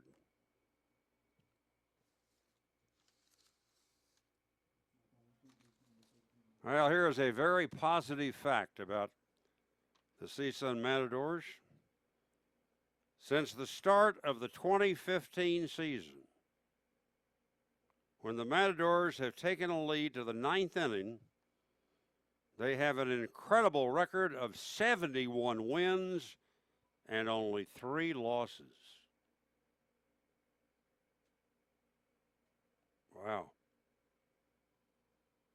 Connor O'Neill, who's been responsible for a lot of the saves, delivers, and here's a ball foul back by Ferris. 0-2. So that'd be 72-3 since the start of the 15 season when they go to the 9th inning with a lead. I like that. I like that fact. Here comes the next one to Ferris. Swing a ground ball headed to center field, a base hit. So a 1-out single in the 9th inning for UC Riverside. And Michael Ferris has his 3rd single of the game. He came in batting .204, so he will gladly remember this day. Although it would be kind of a letdown since his team may lose. It's 10-4 Matadors, 9th inning. Here he is, Cody Sporer. 1 for 2, a single, and 2 walks. Pitch is taken for a strike. And it's 0-1.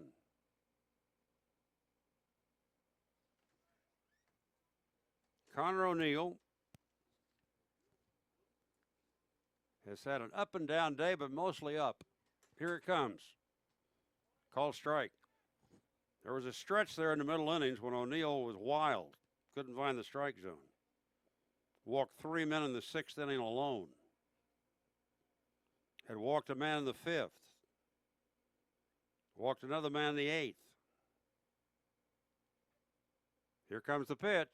High and away for a ball. 1 ball, 2 strikes to Sporer.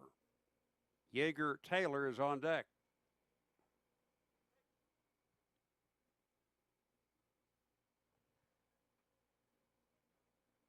Alexander's gone all the way behind the plate. Puts out the sign. O'Neill okays it. Here it comes. Swung on a fly ball to right field. Sablock up 2 steps. One hands it. And the Matadors are 1 out away from their 18th victory of the season. Remember, Jason Newman coming up moments away on Meet the Matadors immediately following this game.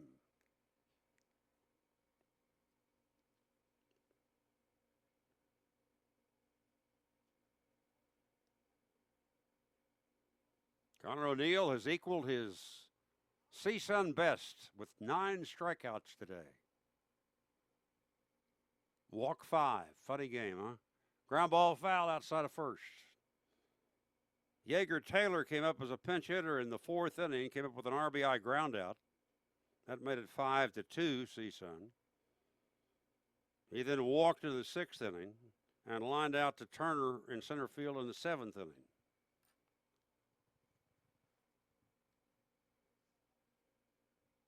Newman playing right behind the bag, off the line at first base, not holding the runner on, and the pitch taken inside for a ball to count 1-1. So the Matadors reach double digits in runs today with the 10. They had 16 in a game against Purdue here earlier in the year, their 1 game high. Now the stretch, and the 1-1 pitch. Swing and a miss at a breaking ball. 1-2. Connor O'Neill could be 1 pitch away from not only notching a victory, 1 pitch away from achieving a career best 10th strikeout. Let's see if he can get it. Yeager Taylor waiting at the plate to count 1-2. The stretch, the pitch. He bounced it past Alexander to the backstop, and on the wild pitch, Ferris goes to second base. That ball landed about 10 feet in front of the plate.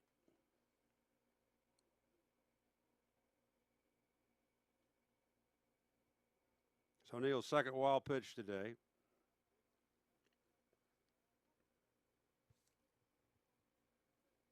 Doesn't mean anything since he's 6 runs ahead.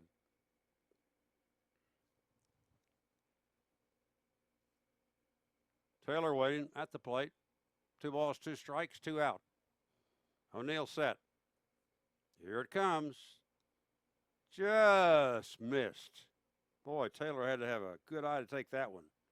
Ball 3, 3-2.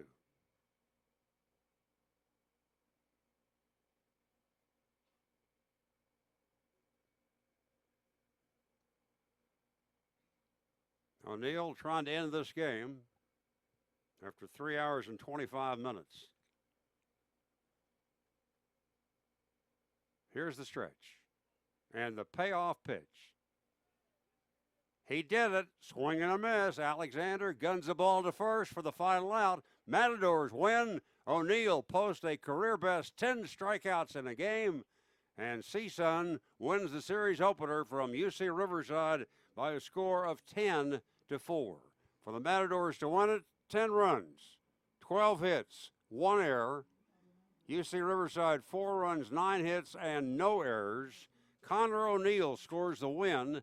He is 4-3 this year. The loss will go to UCR starter Ryan Lilly. He is 1-5 with the defeat. And tomorrow, 1 o'clock start here at Matador Field. Sam Myers to pitch for CSUN, and Alex Fagaldi will be on the mound for UC Riverside.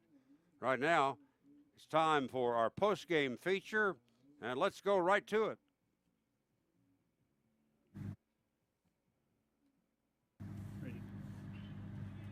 Meet the Matadors, a chat with one of the CSUN baseball players following today's game, CSUN and UC Riverside. We're joined today by Jason Newman, and among other things, he played high school baseball at Taft High School, not far from here in Woodland Hills. And Jason, I think one of the things that's been stressed the last year or so is how Coach Moore is going more and more for the local products. You think that's true? Yeah, Coach Moore does a great job of recruiting in the Valley as well as outside, bringing in great talent, bringing in guys who he believes in, and you know, we believe in him. So it's a good key for success. How did you choose CSUN? I chose CSUN because